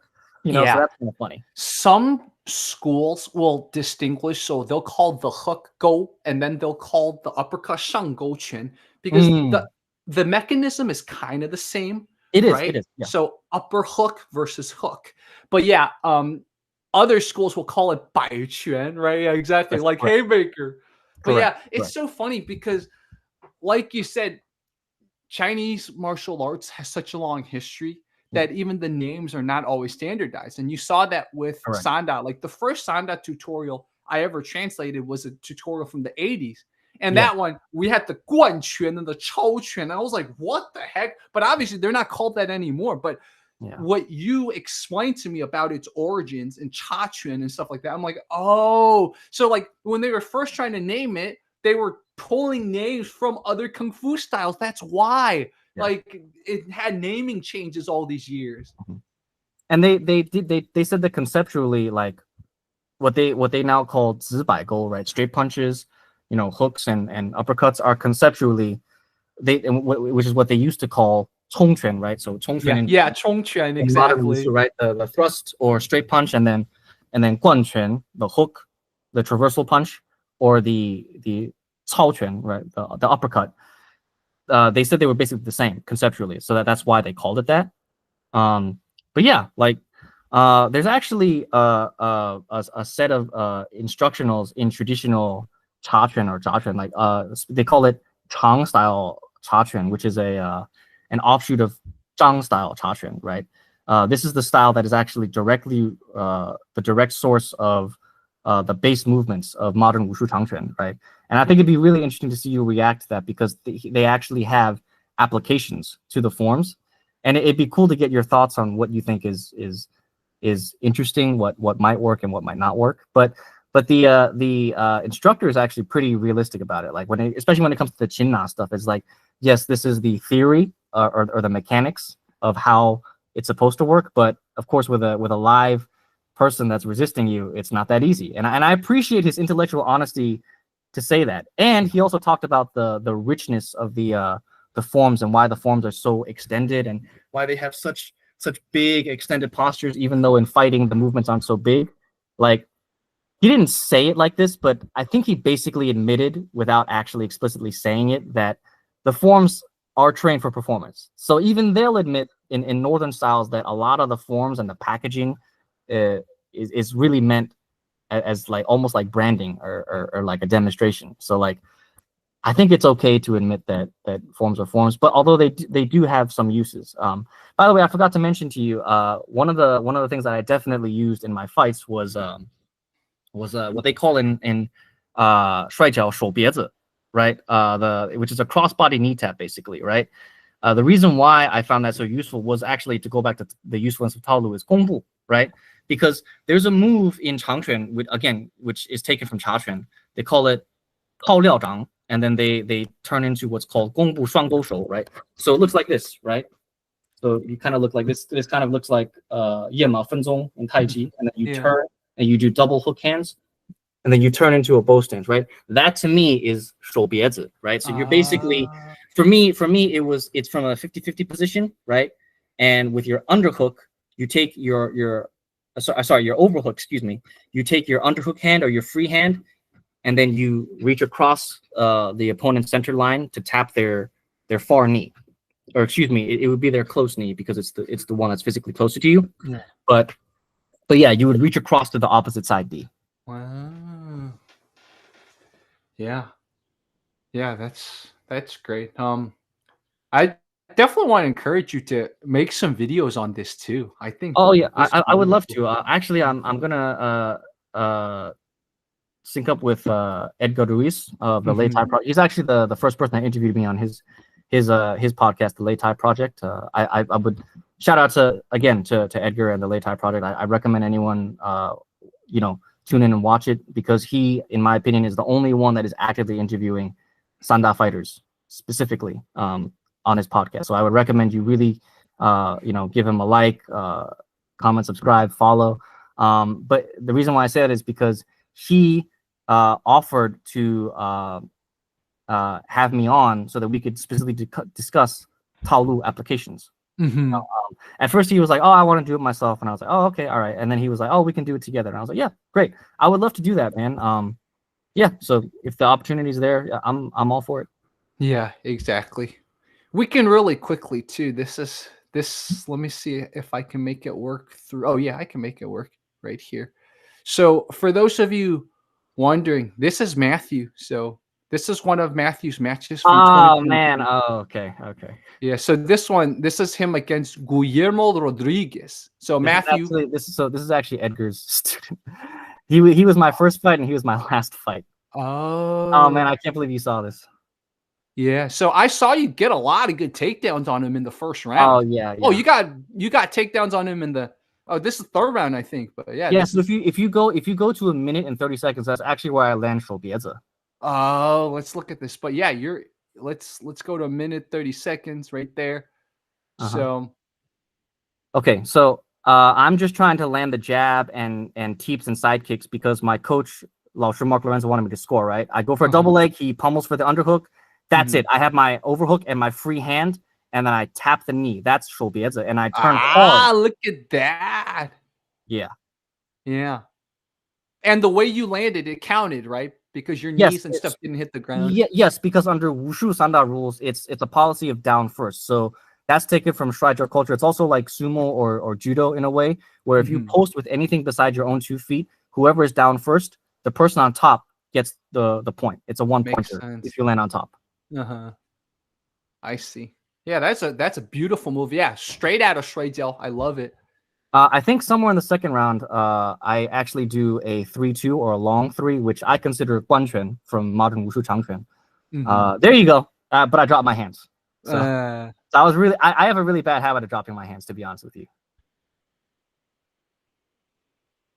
Yeah, you also both of you actually push each other off the Lei Tai, which is such a cool thing about the Lei Tai that I wish they had more, because the thing about fights, you see it in street fights all the time. They get tunnel vision, they go into the street all the time. You gotta not get tunnel vision. So okay, I guess I should be glad that you showed this fight instead, because my first fight ever was with Guillermo, and I had tunnel vision in that fight. Like, it was not nearly as technical as I was in here. In my opinion, this is the best I looked, but it wasn't the fight that mattered the most to me. What mattered the most to me was actually my first fight with him, because that showed me that I could do it. I actually could have lost, and I would have walked away happy because I knew that I could do it, right? So to me, winning was not the most important thing.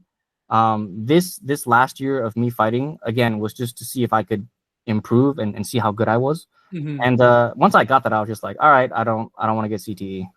I'm gonna. Do you remember Xavier's wife asking me when we were in Florida about if I was gonna fight again? Yeah, I remember that. She tried to get me on the Hurricane X card, man. She was like, "We're gonna get Matthew." Remember we were eating at IHOP at midnight after the inaugural event. By the way, did Xavier give you my number? Yes, that's how I found you. Yeah. Oh, damn you, Xavier. I'm just kidding. Yeah, but actually, I want to thank Xavier Santana as well. First of all, he's doing a lot of great work promoting Sanda. And I think that him hosting, potentially, to my understanding, the first Sanda versus Muay Thai card and having you on there is a huge achievement. I remember saying this at IHOP, sitting next to him. I really respect what you did, and I'm very happy to support. Unfortunately, I won't be there on August 2nd because the U.S. Capital Classics China Open we'll have a Sanda competition there, and it's actually being organized by my MMA coach Joshua Peters of CPMMA. So and Master David Voorhees, Tian Shanpai, Master David Voorhees under Grandmaster Dennis Brown, who's been involved with promoting Wushu at least since like the 80s and the 90s, I believe. Yeah, Dennis Brown is a local legend in the DC area. 100%. So sorry, Xavier, I won't be there on August 2nd. But if it's any other, as long as it's not late August, which is the first International Kung Fu and Tai Chi Festival, and the last weekend of October, which is, I believe, the World Open Martial Arts Tournament, which has its own Sanda competition in Boston, Massachusetts.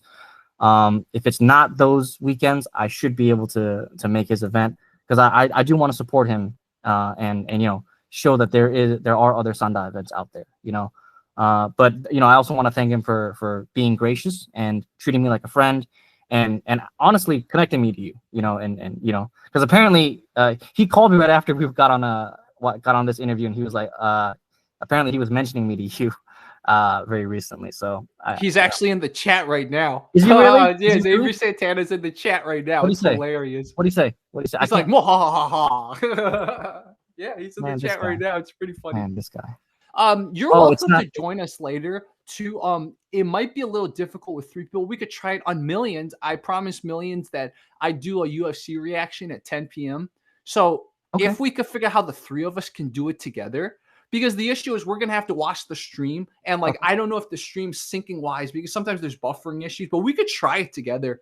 So you're welcome to join at 10 if you want, and then we could, and that way it's kind of less pressure for all 3 of us, because you know, one of us can take a break, or if one of us, it's like, oh, something happens with the UFC stream, then it's like, oh well, other one has it, so we could try it. You're more than welcome to join us. Hey man, if it works out, that's great. If it doesn't work out, that's totally fine. I don't take it personally. I do appreciate the you offering to connect with me, you know, today. I appreciate it. Thank you. Yeah, we'll have some time. We can, you know, take a break after this, and it'll be at 10. I told Millions, I'm like, man, if the main event's at 10, I hope it's not one of those main events that goes until like 12:30. You know, who's fighting? Who's fighting tonight? Sean O'Malley's fighting. Juliana Peña's fighting. Yeah, it's a good card. That's what I was like. Oh, you know what? Let's do it. Let's do it. That's what I told them. So Sean O'Malley is rematching Merab Dvalishvili, right? Yeah, exactly. Classic striker versus wrestler. By the way, I'm actually glad that you didn't show my other match from my last year fighting.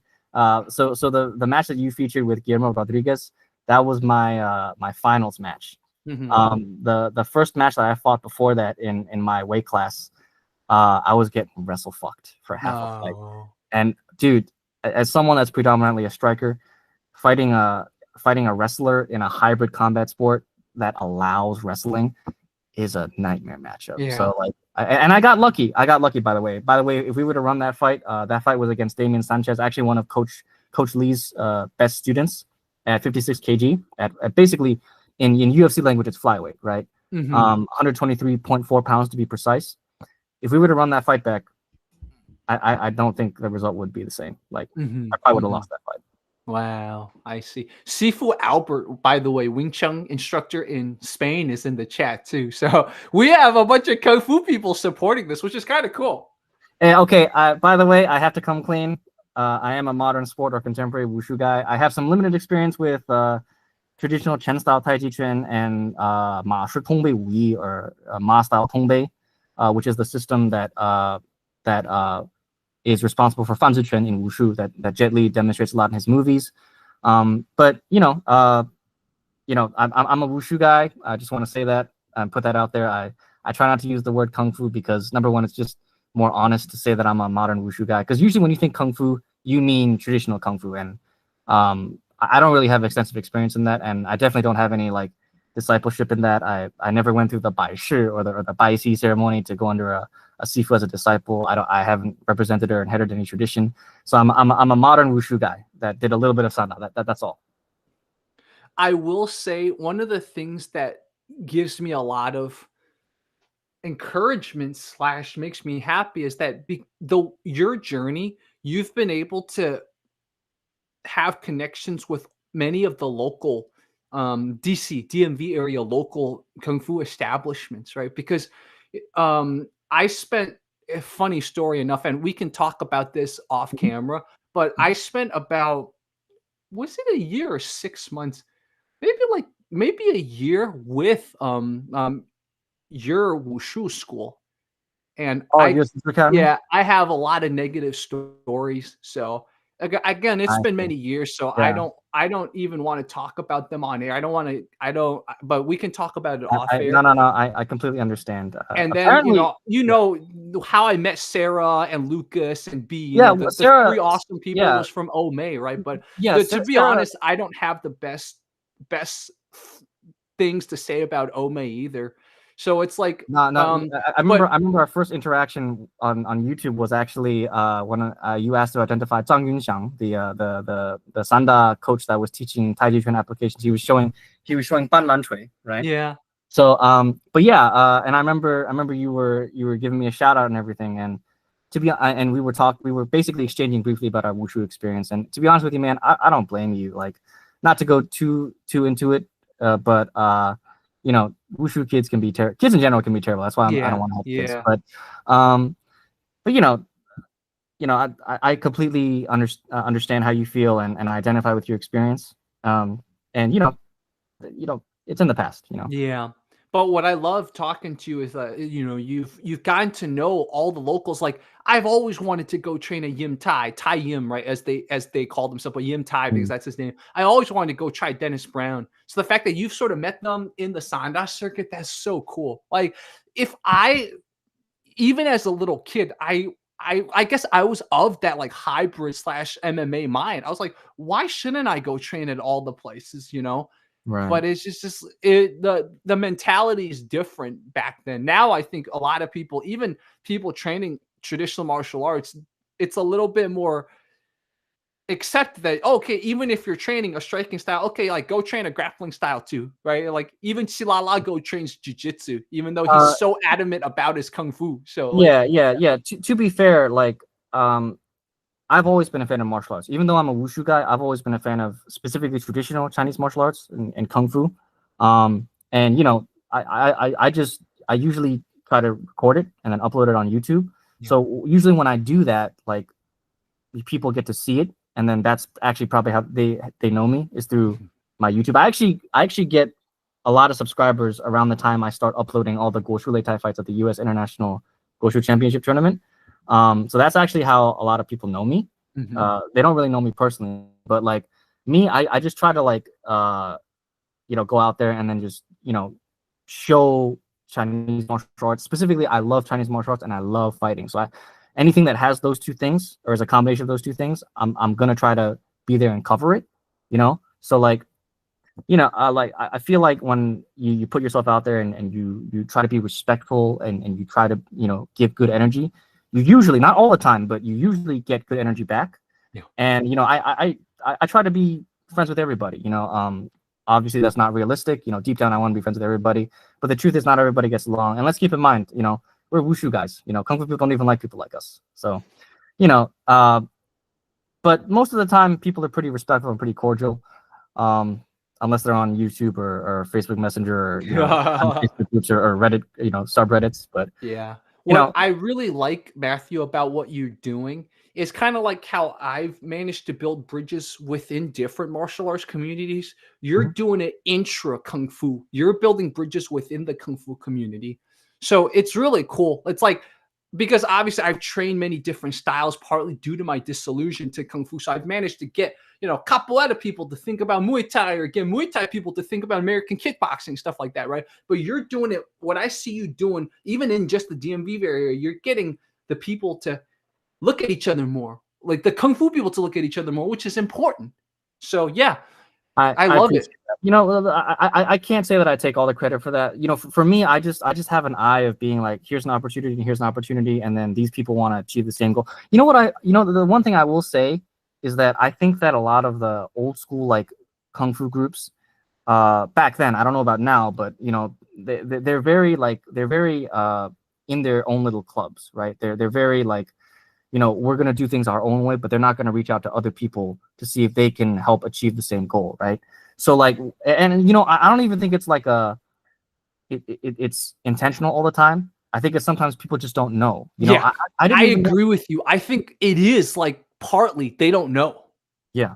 So like, for example, U.S. Capitol Classics, I didn't even know that Coach Josh was promoting Sanda competition there until someone told me that, And I was just like, what? I'm supposed to be the Wushu nerd. I'm the Sanda fan. How do I not know about this, right? So then we were actually able to get a USAWKF, or United States of America Wushu Kung Fu Federation, sanctioned as an event under the federation, because I connected my Sanda coach, Lao Shu Mark Lorenzo, who's actually on the board of directors now, to bring a Lei Tai over to the East Coast and actually like have it at the event in at National Harbor. So like, and it's that was really because they didn't know either. Again, like, not their fault. They just didn't know, and I didn't know either, to be fair. So I feel like something that I always try to be better about is see the opportunities and connect people to be like, hey, look, you want this to happen. You have the opportunity to make it happen. Let's all work together. Let's put aside our differences. Let's see what we can contribute uniquely and work together to achieve a common goal. I'm not directly responsible for anything, but I do enjoy facilitating and building connections with people, because I feel like people that want opportunities and work hard to get opportunities, they definitely deserve it. They just need to be exposed to them. Yeah. But on the flip side, I'll say that I actually respect you as well, because you're actually showing a lot of kung fu fighting, right? And I know you sometimes get a lot of flack and criticism for showing a lot of the times that kung fu loses, but honestly, like, that's just data, right?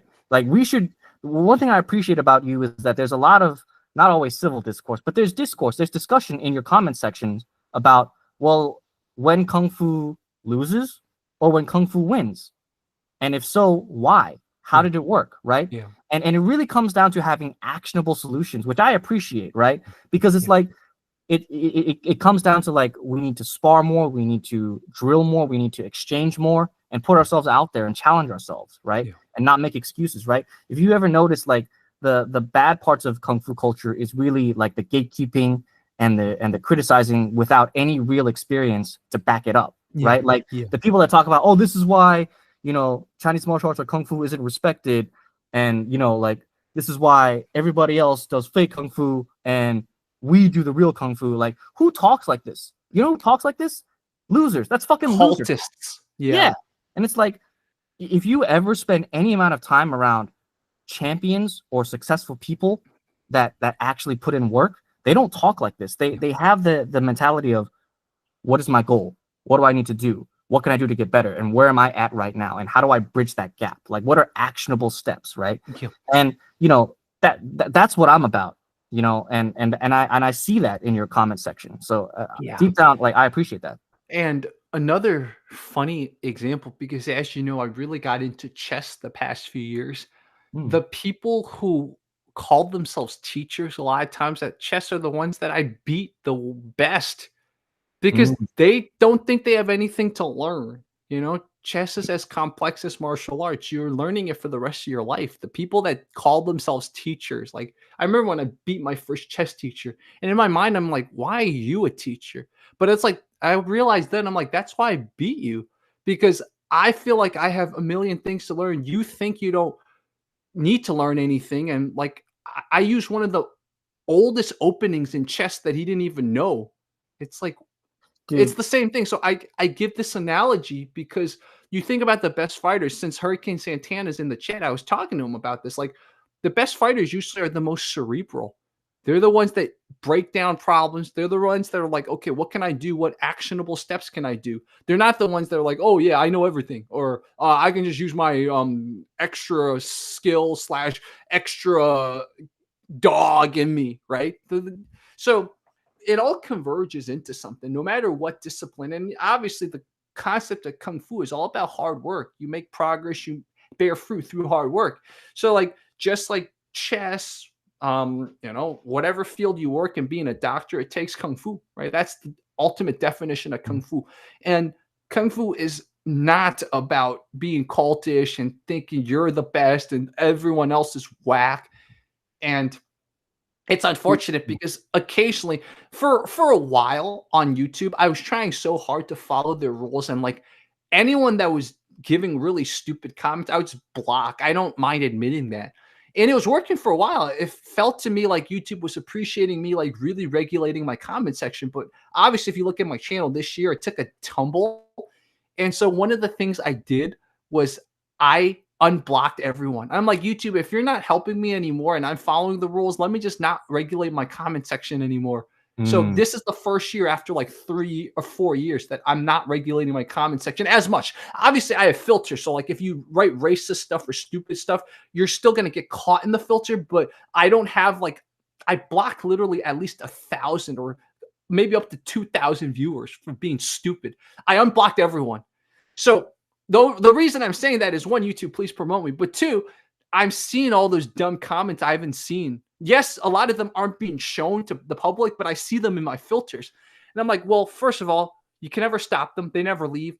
But three, it's like, you're almost like a pity in yourself. You're like, how after all these years do you still think that? I had an idiot who was like, he was literally being like xenophobic. He's like mad at me for trying to translate Jet Li stuff to the West. He's like, oh, I've always been suspicious of what you're doing. You're just trying to explain this stuff to Westerners. I'm like, what's wrong with that? What century do you live in, dude? But like that stuff would have been blocked 3 years ago. But now, because I unblocked everyone, it shows up in my filter. So I get to read it. So like I get to feel the pain of it. No one else gets to. But I just wanted to share with you that, because it's like, like how do people still think like that? Yeah, no, something I forgot to mention is you actually put Jet Li in a good light, you know, especially because I have a very similar fan relationship that you do. I used to grow up, I grew up, you know, watching Jet Li's moves and being like a huge fan of him, and then falling out of love with him when I realized, oh, he's not a real fighter. But then it's like, he's actually surprisingly intelligent, and you can see that from your translations of his interviews, and I appreciate that, actually. Thank you.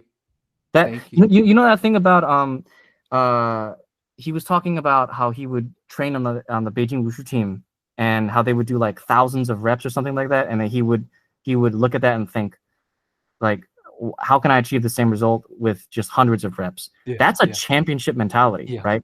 And you know, I try not to deal in what ifs because it's ultimately impractical. But if you know, if you're talking about if he would have been a real fighter, yeah, I agree. He could have been even a Sanda champion, because it's like, if you have a mentality like that, like you actually place yourself in the best chances for success. Like one thing I will say is that I wasn't nearly as successful in Taolu as I was in Sanda, mainly because I wasn't really like cerebral about my training. I was just work hard and then just, you know, hope for the best. And it's like, dude, everybody works hard.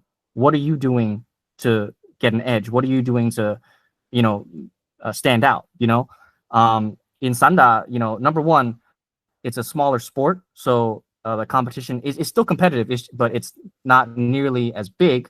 So I had a better chance for success in my weight class, and I was also very, very regimented in my training, and I did the best thing that I could to place myself on the best path to success. You know, placing myself in the right weight class, figuring out, you know, the best scoring strategies and metas and game plans, and, you know, figuring out what worked and what didn't, you know. Yeah, exactly. I'm gonna find something real quickly. It has to do with how you were just naturally able to build the connections between the communities here in DC. Let me show you something. Something I've never shown people, but it's a really interesting story, and it involves Yim Tai. So 1 second. Oh, Yim Tai Sifu, okay.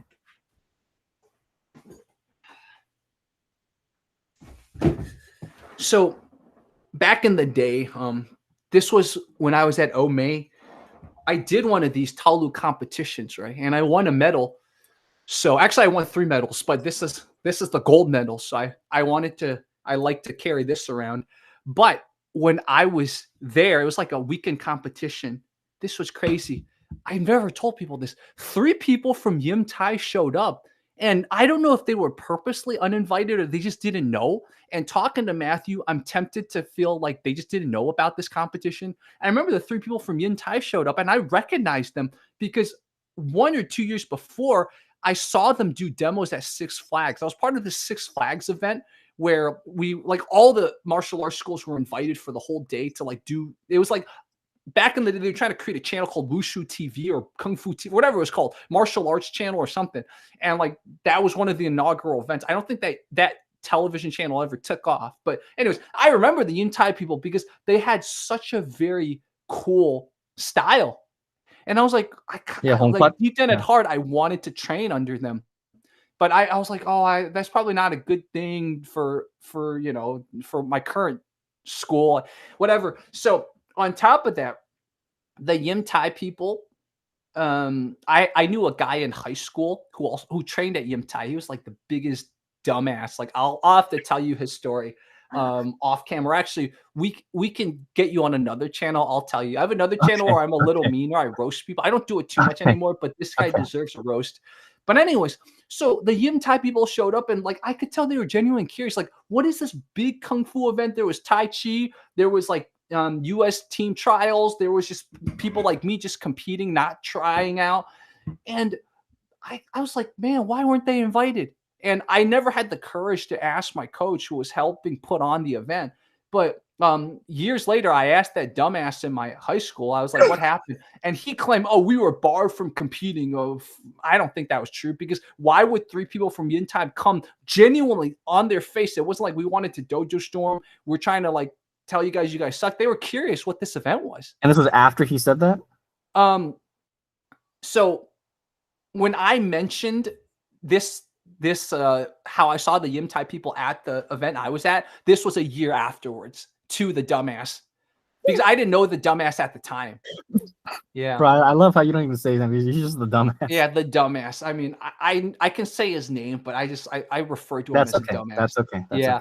But anyways, like I remember that incident. Like it's so funny what I remember, and you could say this is why I have a YouTube channel. This is the first time I ever talked about this. The key is I don't care about this as much as this is probably the first time I'm ever bragging about this.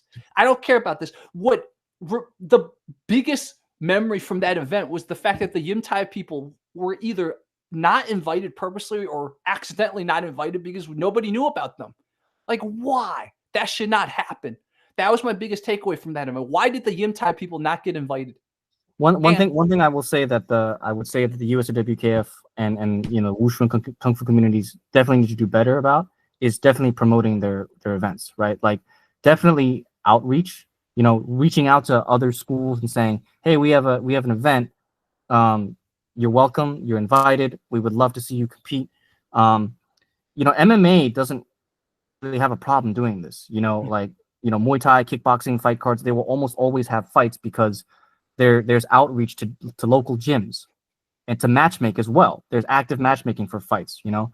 So one thing I would say is that the Wushu culture at least should definitely take a page out of that, especially for Sanda, and learn from how MMA and kickboxing and Muay Thai promotions do their thing. Yeah. You know, Max Chen actually, who trained under Kung Lee and is a son of William C.C. Chen, who's a grandmaster in, I think, Zheng Manqing or Chen Manqing, as Westerners like to call it, you know, Tai Chi Chuan, which is an offshoot of Yang style Tai Chi Chuan.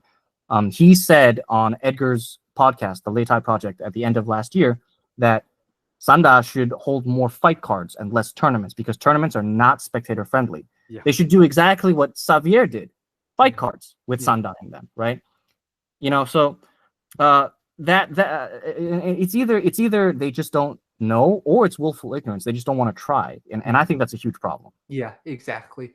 And granted, okay, not every martial artist understands branding and marketing. These are just things that some people just have a knack for. Like I wanted to be a YouTuber since I was in high school, right? So like some people just have it, but it's not an excuse anymore. No, it's exactly. Everyone needs to understand marketing and branding. That's just because we're in the digital age. People use this and can look up information. One of the things that's so frustrating is that you have so many complainers in the Kung Fu community talking about, oh, this is why my art's not respected, or why is my art not bigger? It's like, well, here's the thing. What have you done? What have you done? Exactly. Like, especially with social media, like, I would say that even people that are not subscribed to your channel, if they're following fight content, they will see your videos. Because most of my views, 80% come from people not following. It's very, very common on YouTube, and it's because you put so much content out there, and it's in people's face. You have to make the effort to put it in people's face, right? So, like, to me, it's less about like this is why nobody really respects me. It's like the nice guy mentality in dating. It's like, what are you doing to make yourself appealing? What are you doing to make yourself presentable? Like, again, this goes back to actionable steps and solutions to be successful, not just complaining about a problem. I hear so much about complaining and theoretical reinventing the wheel, and not actually taking the steps to get things done in the Kung Fu community. And it's just so tiring to hear. Yeah. One of the things I used to always talk about, I still reply. I wish there was a way YouTube could have auto replies like you have on Instagram. But sometimes I would tell people who complain, why don't you show me footage? They're like, Jerry, why is it that 80% of the Kung Fu fights you find, the Kung Fu guy loses? Well, why don't you send me footage, or you yourself record footage of good Kung Fu? I'll feature it, right? Like, that's exactly the mentality that Matthew's explaining. Like, what are you doing about it? Okay, you're complaining about Jerry finding stuff, and it's not all negative, but a lot of it's negative. Well, what are you doing? Are you helping Jerry find stuff? Are you putting yourself out there to give another data point, right? Yeah, no, exactly. Again, it's all data. If it's bad data, then show good data. Yeah. And this is something so important. Like, this is the crux of so much of what's wrong with society. I mean, society's always had this problem, but now that we have this information overload age, it's on full steroids, because people that used to, have to wallow themselves in whatever, right now they can find a community of like-minded people to be like, they're like encouraging each other not to do anything and blame others, basically. And so, unfortunately, this is I'm going to give a teaser. I'm going to talk to Peter Irving. Peter Irving's the MMA fighter in the UK that Mabal Guo did the fake demo with, and Mabal Guo the one where he was like sort of like light, not even touch sparring, and then Mabal Guo tried to like sell it off as say that was a real fight. Now, Peter Irving's a really smart guy. I reconnected with him because he was a little unhappy with the fact that jiu-jitsu guys often fall into conspiracy theories, especially alt-right, far-right, and like, that kind of conspiracy theory. It seems to go hand in hand with being a jiu-jitsu guy. And me and Peter are very unhappy about this, because jiu-jitsu, from the martial artist definition, tends to be a pressure-tested, rational art. If there's a no-touch person, just go on the mat, and then that person's going to get tapped out, and that doesn't work. But somehow, a lot of the jiu-jitsu guys can't apply this mentality horizontally to other parts of life. And so I don't know how much Peter and I will talk about this, or we're just going to talk about the Mabal Guo stuff, because, that's unfortunately his claim to fame, even though Peter's a very talented martial artist. But the point is, I mentioned this because it goes back into all that. Like, what are you doing? What are you doing to get out of whatever rut? What are you doing to, right? That's the key. I get a feeling a lot of these jiu-jitsu guys, unfortunately, they're not happy in life. And when you're not happy in life, that's often how a lot of misinformation catches you. Like, I know for sure the two jiu-jitsu friends of mine who like really went down conspiracy theory rabbit holes, they were both feeling unfulfilled. One was an inspired actor who like was not really getting somewhere. Another guy was a dude who life circumstance made him feel stuck. So it's like, okay, acknowledge where you are. What are you doing? And what are you not doing too, right? That's another thing. What are you not doing? So the friend of mine who was a little bit of an actor. Okay, what are you not doing? Are you taking acting classes? Are you putting yourself out there? He wasn't really putting himself out there, right? Like, are you putting stuff on YouTube every day? My other jiu-jitsu friend, like, what are you doing? He got into the unfortunate, like, extreme Andrew Tate train. Are you working on your communication skills? He was shorter than me, but like 210 pounds. Are you losing weight smartly, right? Don't just like starve yourself. Like, figure out why you're addicted to food, right?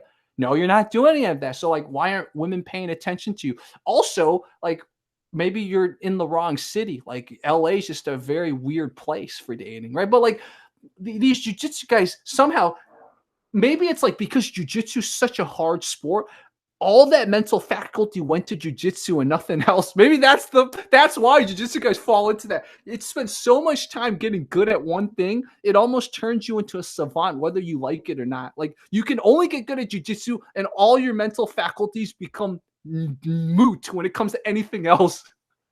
Bro, you know what's really funny is I actually I connect with Jeff Chan on WhatsApp because when I was still fighting, I tried to invest in every possible piece of knowledge that I could find, including consulting experts. So I was a fan of MMA Shredded. I signed up for all his programs, or not all of them, but most of them. And one of them was called MMA Go, and it included for an additional $100 a perk, which is a one-to-one WhatsApp call or one-on-one WhatsApp call with him.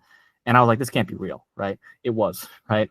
So he had an introductory call with me that was like for 15 minutes, which didn't count as part of the calls, but it's 2 calls per month where he could review your sparring footage and your rolling footage, right? And I was lucky enough to train with him in person when he was still in New York. I made 2 trips up to New York in 2023 and 2024. He was training at Glory Martial Arts Center. And he said literally on the first call, treat me as a friend, and I thought, oh, he's probably just saying that to be nice, it's probably for his branding. No, he actually is exactly how he seems on YouTube. And he said that he considers me a friend. I try not to say that because it's like, I don't want to claim, oh yeah, I know MMA Shredder, I'm talking about MMA Shredder, because it's like, it's like trying to say I know you. I try not to mention that because it's like, I'm not trying to do that for clout. I just have the privilege of being able to know cool people like Jeff Chan, like you, like Sensei Seth, and you guys are all exactly how you seem on YouTube. You are genuine people in real life, But the reason why I bring that up, ironically, is because he randomly sent me a reel or a short of Bryce Mitchell on WhatsApp, and I was like, dude. And then on our next call, he literally scrolled past it when he was screen sharing his phone, and he was like, Bryce Mitchell's retarded. But yeah, like going off on that, what's really interesting is that one of my inspirations for fighting, Sifu Jonathan Aaron, who introduced me to Ma style Tongbei, he also fought full contact. He fought in the Guoshu Leitai, and I think he also fought Sanda at the World Open Martial Arts Championship when it was still in New York in 2019. And he number one, he gave me a lot of inspiration by saying when I didn't know what to do after I didn't make the Taolu team, he said, when it came to full contact fighting, yes, I might get hurt, but that's a risk I should be willing to take. And I can't look at my students in the eyes with a straight face while talking to them about fighting without ever having done it. Yeah. And I respect that intellectual honesty. Like, I think that more Chinese martial arts teachers should be like Sifu Jonathan Aaron. And the reason why I bring him up is because he connected me to one of his coaches, Coach Rob Sullivan, a former a professional MMA fighter. Mm-hmm. And he's a former wrestler as well, Brazilian Jiu-Jitsu black belt. And he is the head coach of, I believe, Baltimore Brazilian Jiu-Jitsu in Baltimore. He connected me to him for private lessons, specifically for fight training to get better on my wrestling, because I actually lost my Pan Am's match. I got pantsed pretty badly by virtue of wrestling. I fought Kevin Felicion of Argentina, and I got eliminated pretty quickly. So yeah, I had to improve my wrestling, and one of the things that Coach Rob said was that it's really interesting how conservative a lot of the wrestling circles are, But I mean, I'm not going to pretend to say that I have the answer to that. But yes, it's really interesting to see how a lot of the combat sports community is notably conservative. Yeah. Wrestling especially, man. Like, wrestling's the biggest sport where I'm like, why don't you guys get yourself out there anymore? Like, why don't you guys get yourself out there more? Why don't you guys teach adult classes? Wrestling, I don't know what it is about wrestling. It's one of the best foundations for a martial artist. But like, why aren't there wrestling gyms everywhere in the world? I think that's a very multi-layered, answer. I'm not going to pretend that I have the all the information to answer that question. But I think that honestly, our culture values striking a lot more, which means we're just not educated on wrestling and think about it. Like, I know that maybe BJJ hasn't had the most honest reputation, but we got to give it credit for actually introducing how grappling is much more effective against someone that doesn't grapple, right? And that should have been a huge wake up call specifically for Wushu and Kung Fu people, because even Mike Graves, Alan Witcherly and Matt Stamp, who also trained at Ome Wushu Kung Fu Center. Shout out to Matt Stamp. We actually trained together briefly at US Wushu Academy, training Sanshou there. And we still keep in touch. And he also fought Guosu Leitai and Sanda. They all saw UFC 1 as an oh shit moment, right? And that was like hey, we need to really educate ourselves about this, So and I appreciate that. Many people did not. Yeah. But if you really pay attention to fighting, yes, wrestling is like all around the best base for MMA because number one, you can dictate where the fight goes. If you want to stay standing, you won't be afraid of someone taking you down because you can wrestle. If you want to take them down, you can take them down if they're not prepared for it. And if you're not prepared for grappling and you don't respect grappling, just like if you don't respect size and strength, you're in for a rude awakening. So yeah. The reason I mentioned wrestling is there was a very good wrestling coach in the LA area where I used to live, and I'm not going to name him, but I wanted to get him on my channel, and he seemed interested but never took initiative. And he was part of a venture with one of my Muay Thai coaches, and he got mad that my Muay Thai coaches were trying to bring in more UFC tier caliber fighters into the gym. Like he felt like, oh my God, it's my little niche. Stop trying to bring more people in. It's like really. And I don't know why wrestling coaches, the wrestling community the perception I have has that thing. It's like, come on, dude, like wrestling's no matter what culture, it's like the oldest sport, right? Like, and no matter what culture, they have a wrestling sport somehow. And like American wrestling programs in high school culture, great, man. You see those guys in the UFC. Why isn't wrestling taught more too? This could be a whole conversation for another time. But like, why isn't wrestling taught more to adults? So I don't know if it's just that particular coach, but I don't know that that's just a wrestling thing. I think that's a human thing. It might be a human thing. Yeah, it might be an ego thing where people are very tribal about keeping their own little territory. In Chinese, they have a saying called 打一片天, right? Which means it's translated as you carve out your own piece of the sky, right? Kung Fu people are very guilty of this. They love to be the big fish in the small pond, right? And they don't really, most of them, not all, but most of them don't really go out and test themselves. And it's enough of a problem that, it becomes an unfortunate stereotype and observation, right? But I would also say, to go back to your question about why wrestling isn't more popular or mainstream, I think despite it having being the equivalent of a state-sponsored sport and being, in schools and being part of sports programs, I think that it's just not appealing or glamorous because of the grit and the competition-driven culture where you're treated like an athlete. Whereas BJJ, I would say, found a way to be accessible, where it's like, oh, people can still learn the skills without ever actually having to be if you're competing, you can be an athlete, but if you could still learn recreationally without ever actually having to put yourself at huge risk of, let's say, being a fighter, like in striking, where you take shots to the head, you get hit a lot, or you get hurt, right?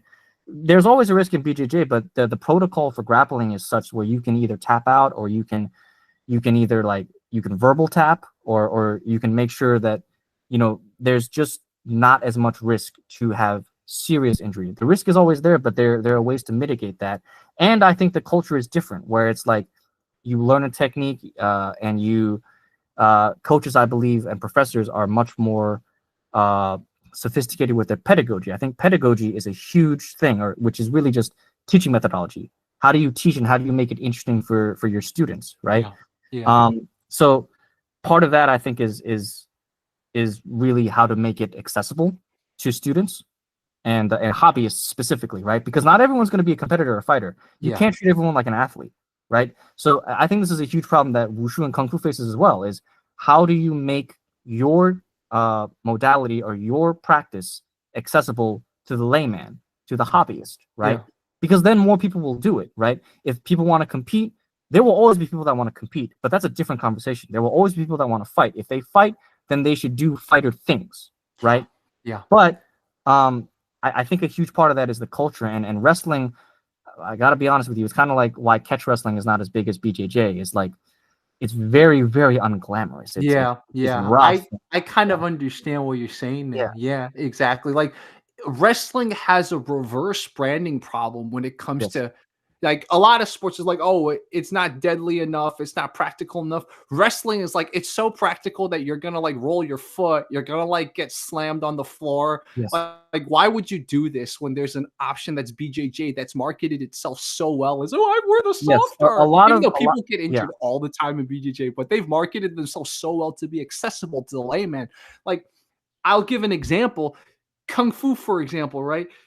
You have uniforms, you have all this stuff. You know, some of the instructions in Chinese, you feel like if you're white or you're black or you're Latino, you're already at a disadvantage.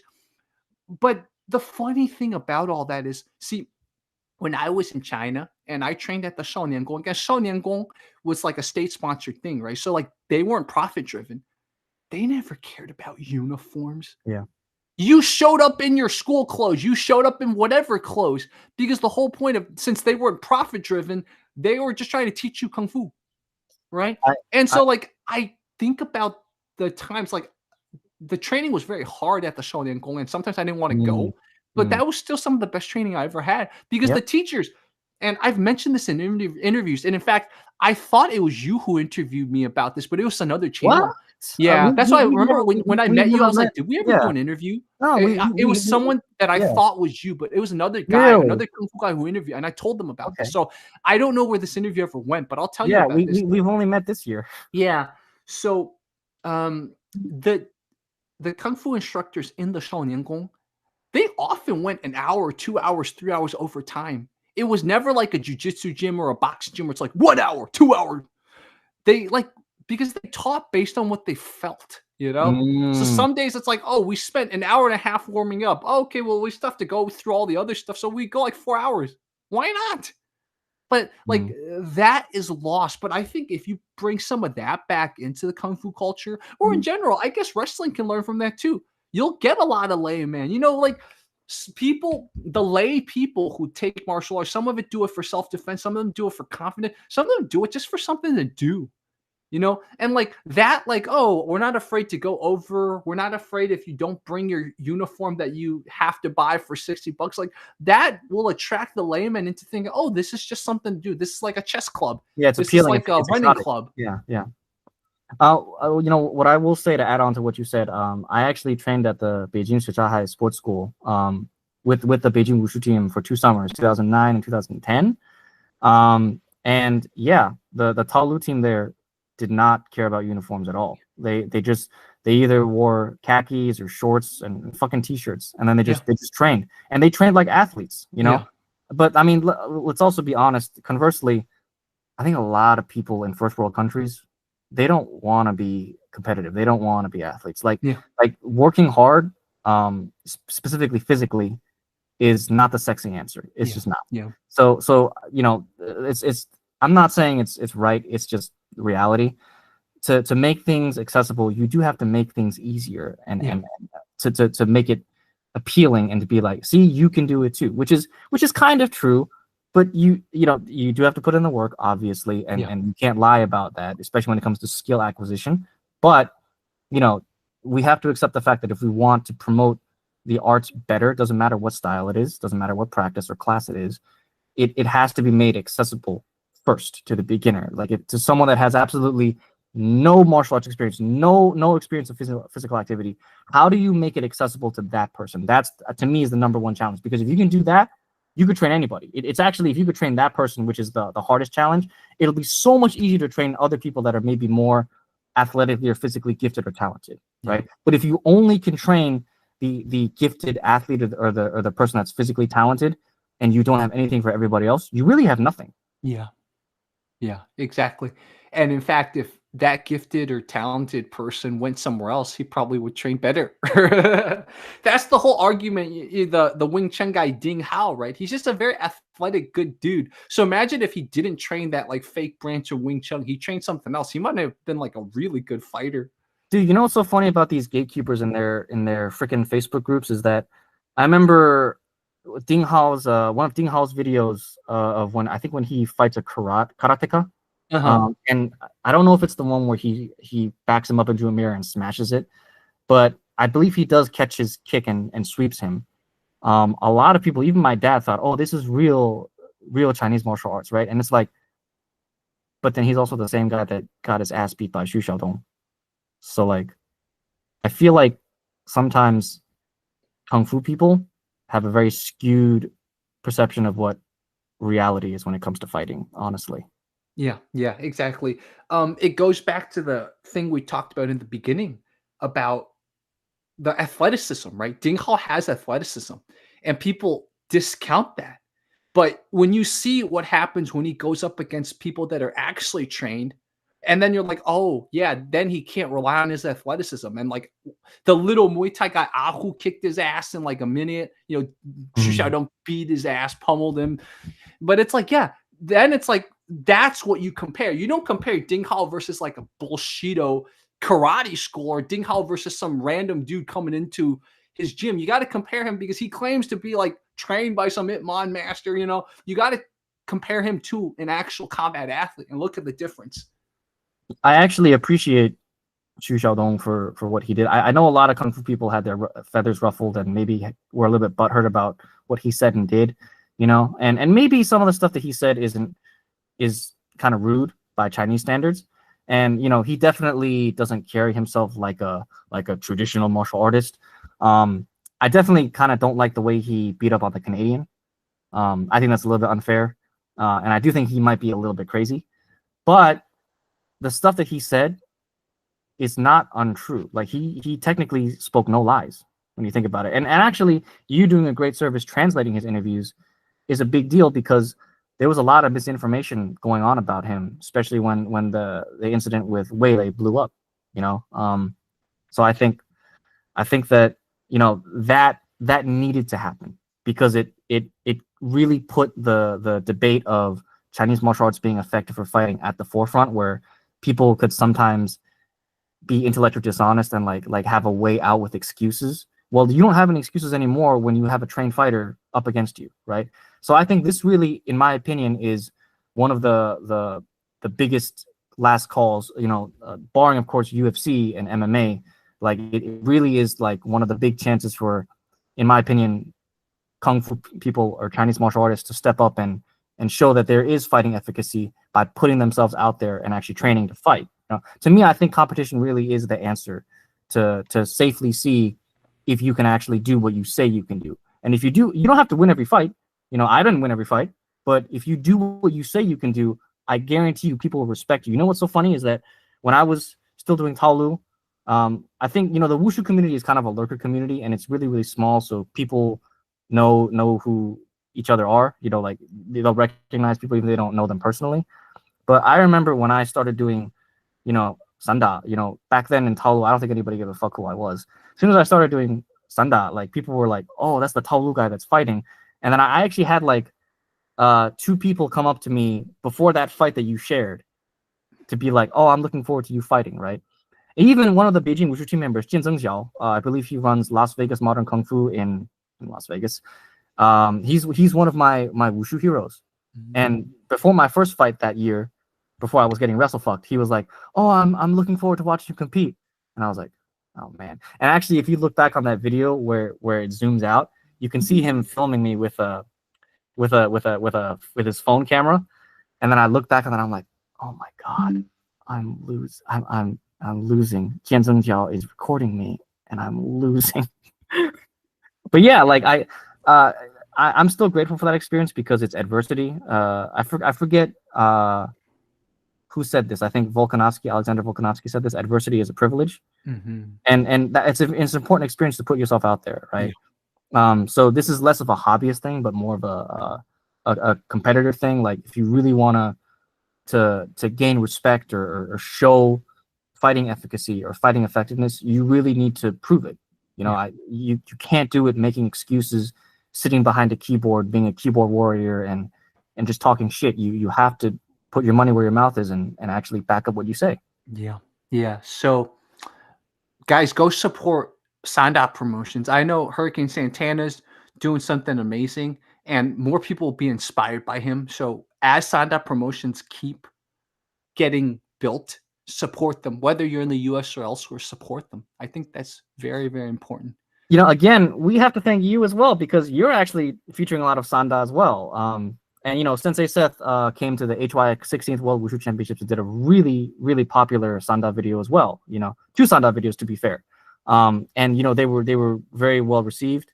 I think that, in my opinion, now is the time to ride that momentum. Like, if Sanda promoters don't get on this wave now, it's going to be so hard to promote it in the future. Yeah, because inevitably, Lethwei or Muay Thai or kickboxing is going to adapt Sanda rules, and then Sanda's going to lose that marketing edge, and then that's just how it is. And you have no one else to blame but you. Ideas are free. It's the implementation that can be copyrighted, trademarked, etc. You can't say, "Oh, I had the idea first." Well, what did you do about the idea?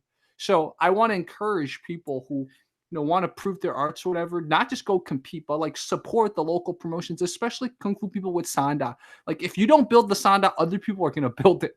Just that simple. Yeah. Pianki wanted to he talked to me privately, and he said he wanted to use Sanda in the DMV to be a resurgence of Kung Fu. And I was like, number one, there's Wushu Lei Tai. Like, we should be promoting that more as well, because that's actually traditional Chinese martial arts, full contact fighting. And number two, like, what are you actually doing? Again, actionable solutions. What are you actually doing, right? And when I told him about, Xavier's promotion, Hurricane X, and saying, this could actually be another big opportunity for Sanda in Florida, right? Pianki was like, oh, well, I kind of wanted that to be our thing. And it's like, okay, but, it's kind of like what Ranton says about, Chinese martial arts and fighting, right? And like MMA development in China. It's like, there's some movement, but I'm not seeing enough movement. Like, we got to have more, Yeah, exactly.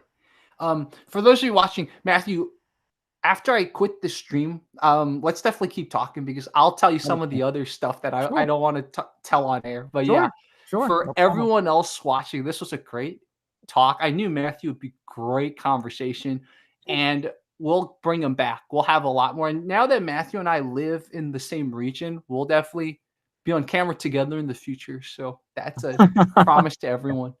Appreciate that. Thank you. Yeah. For those of you watching, man, thank you so much for watching.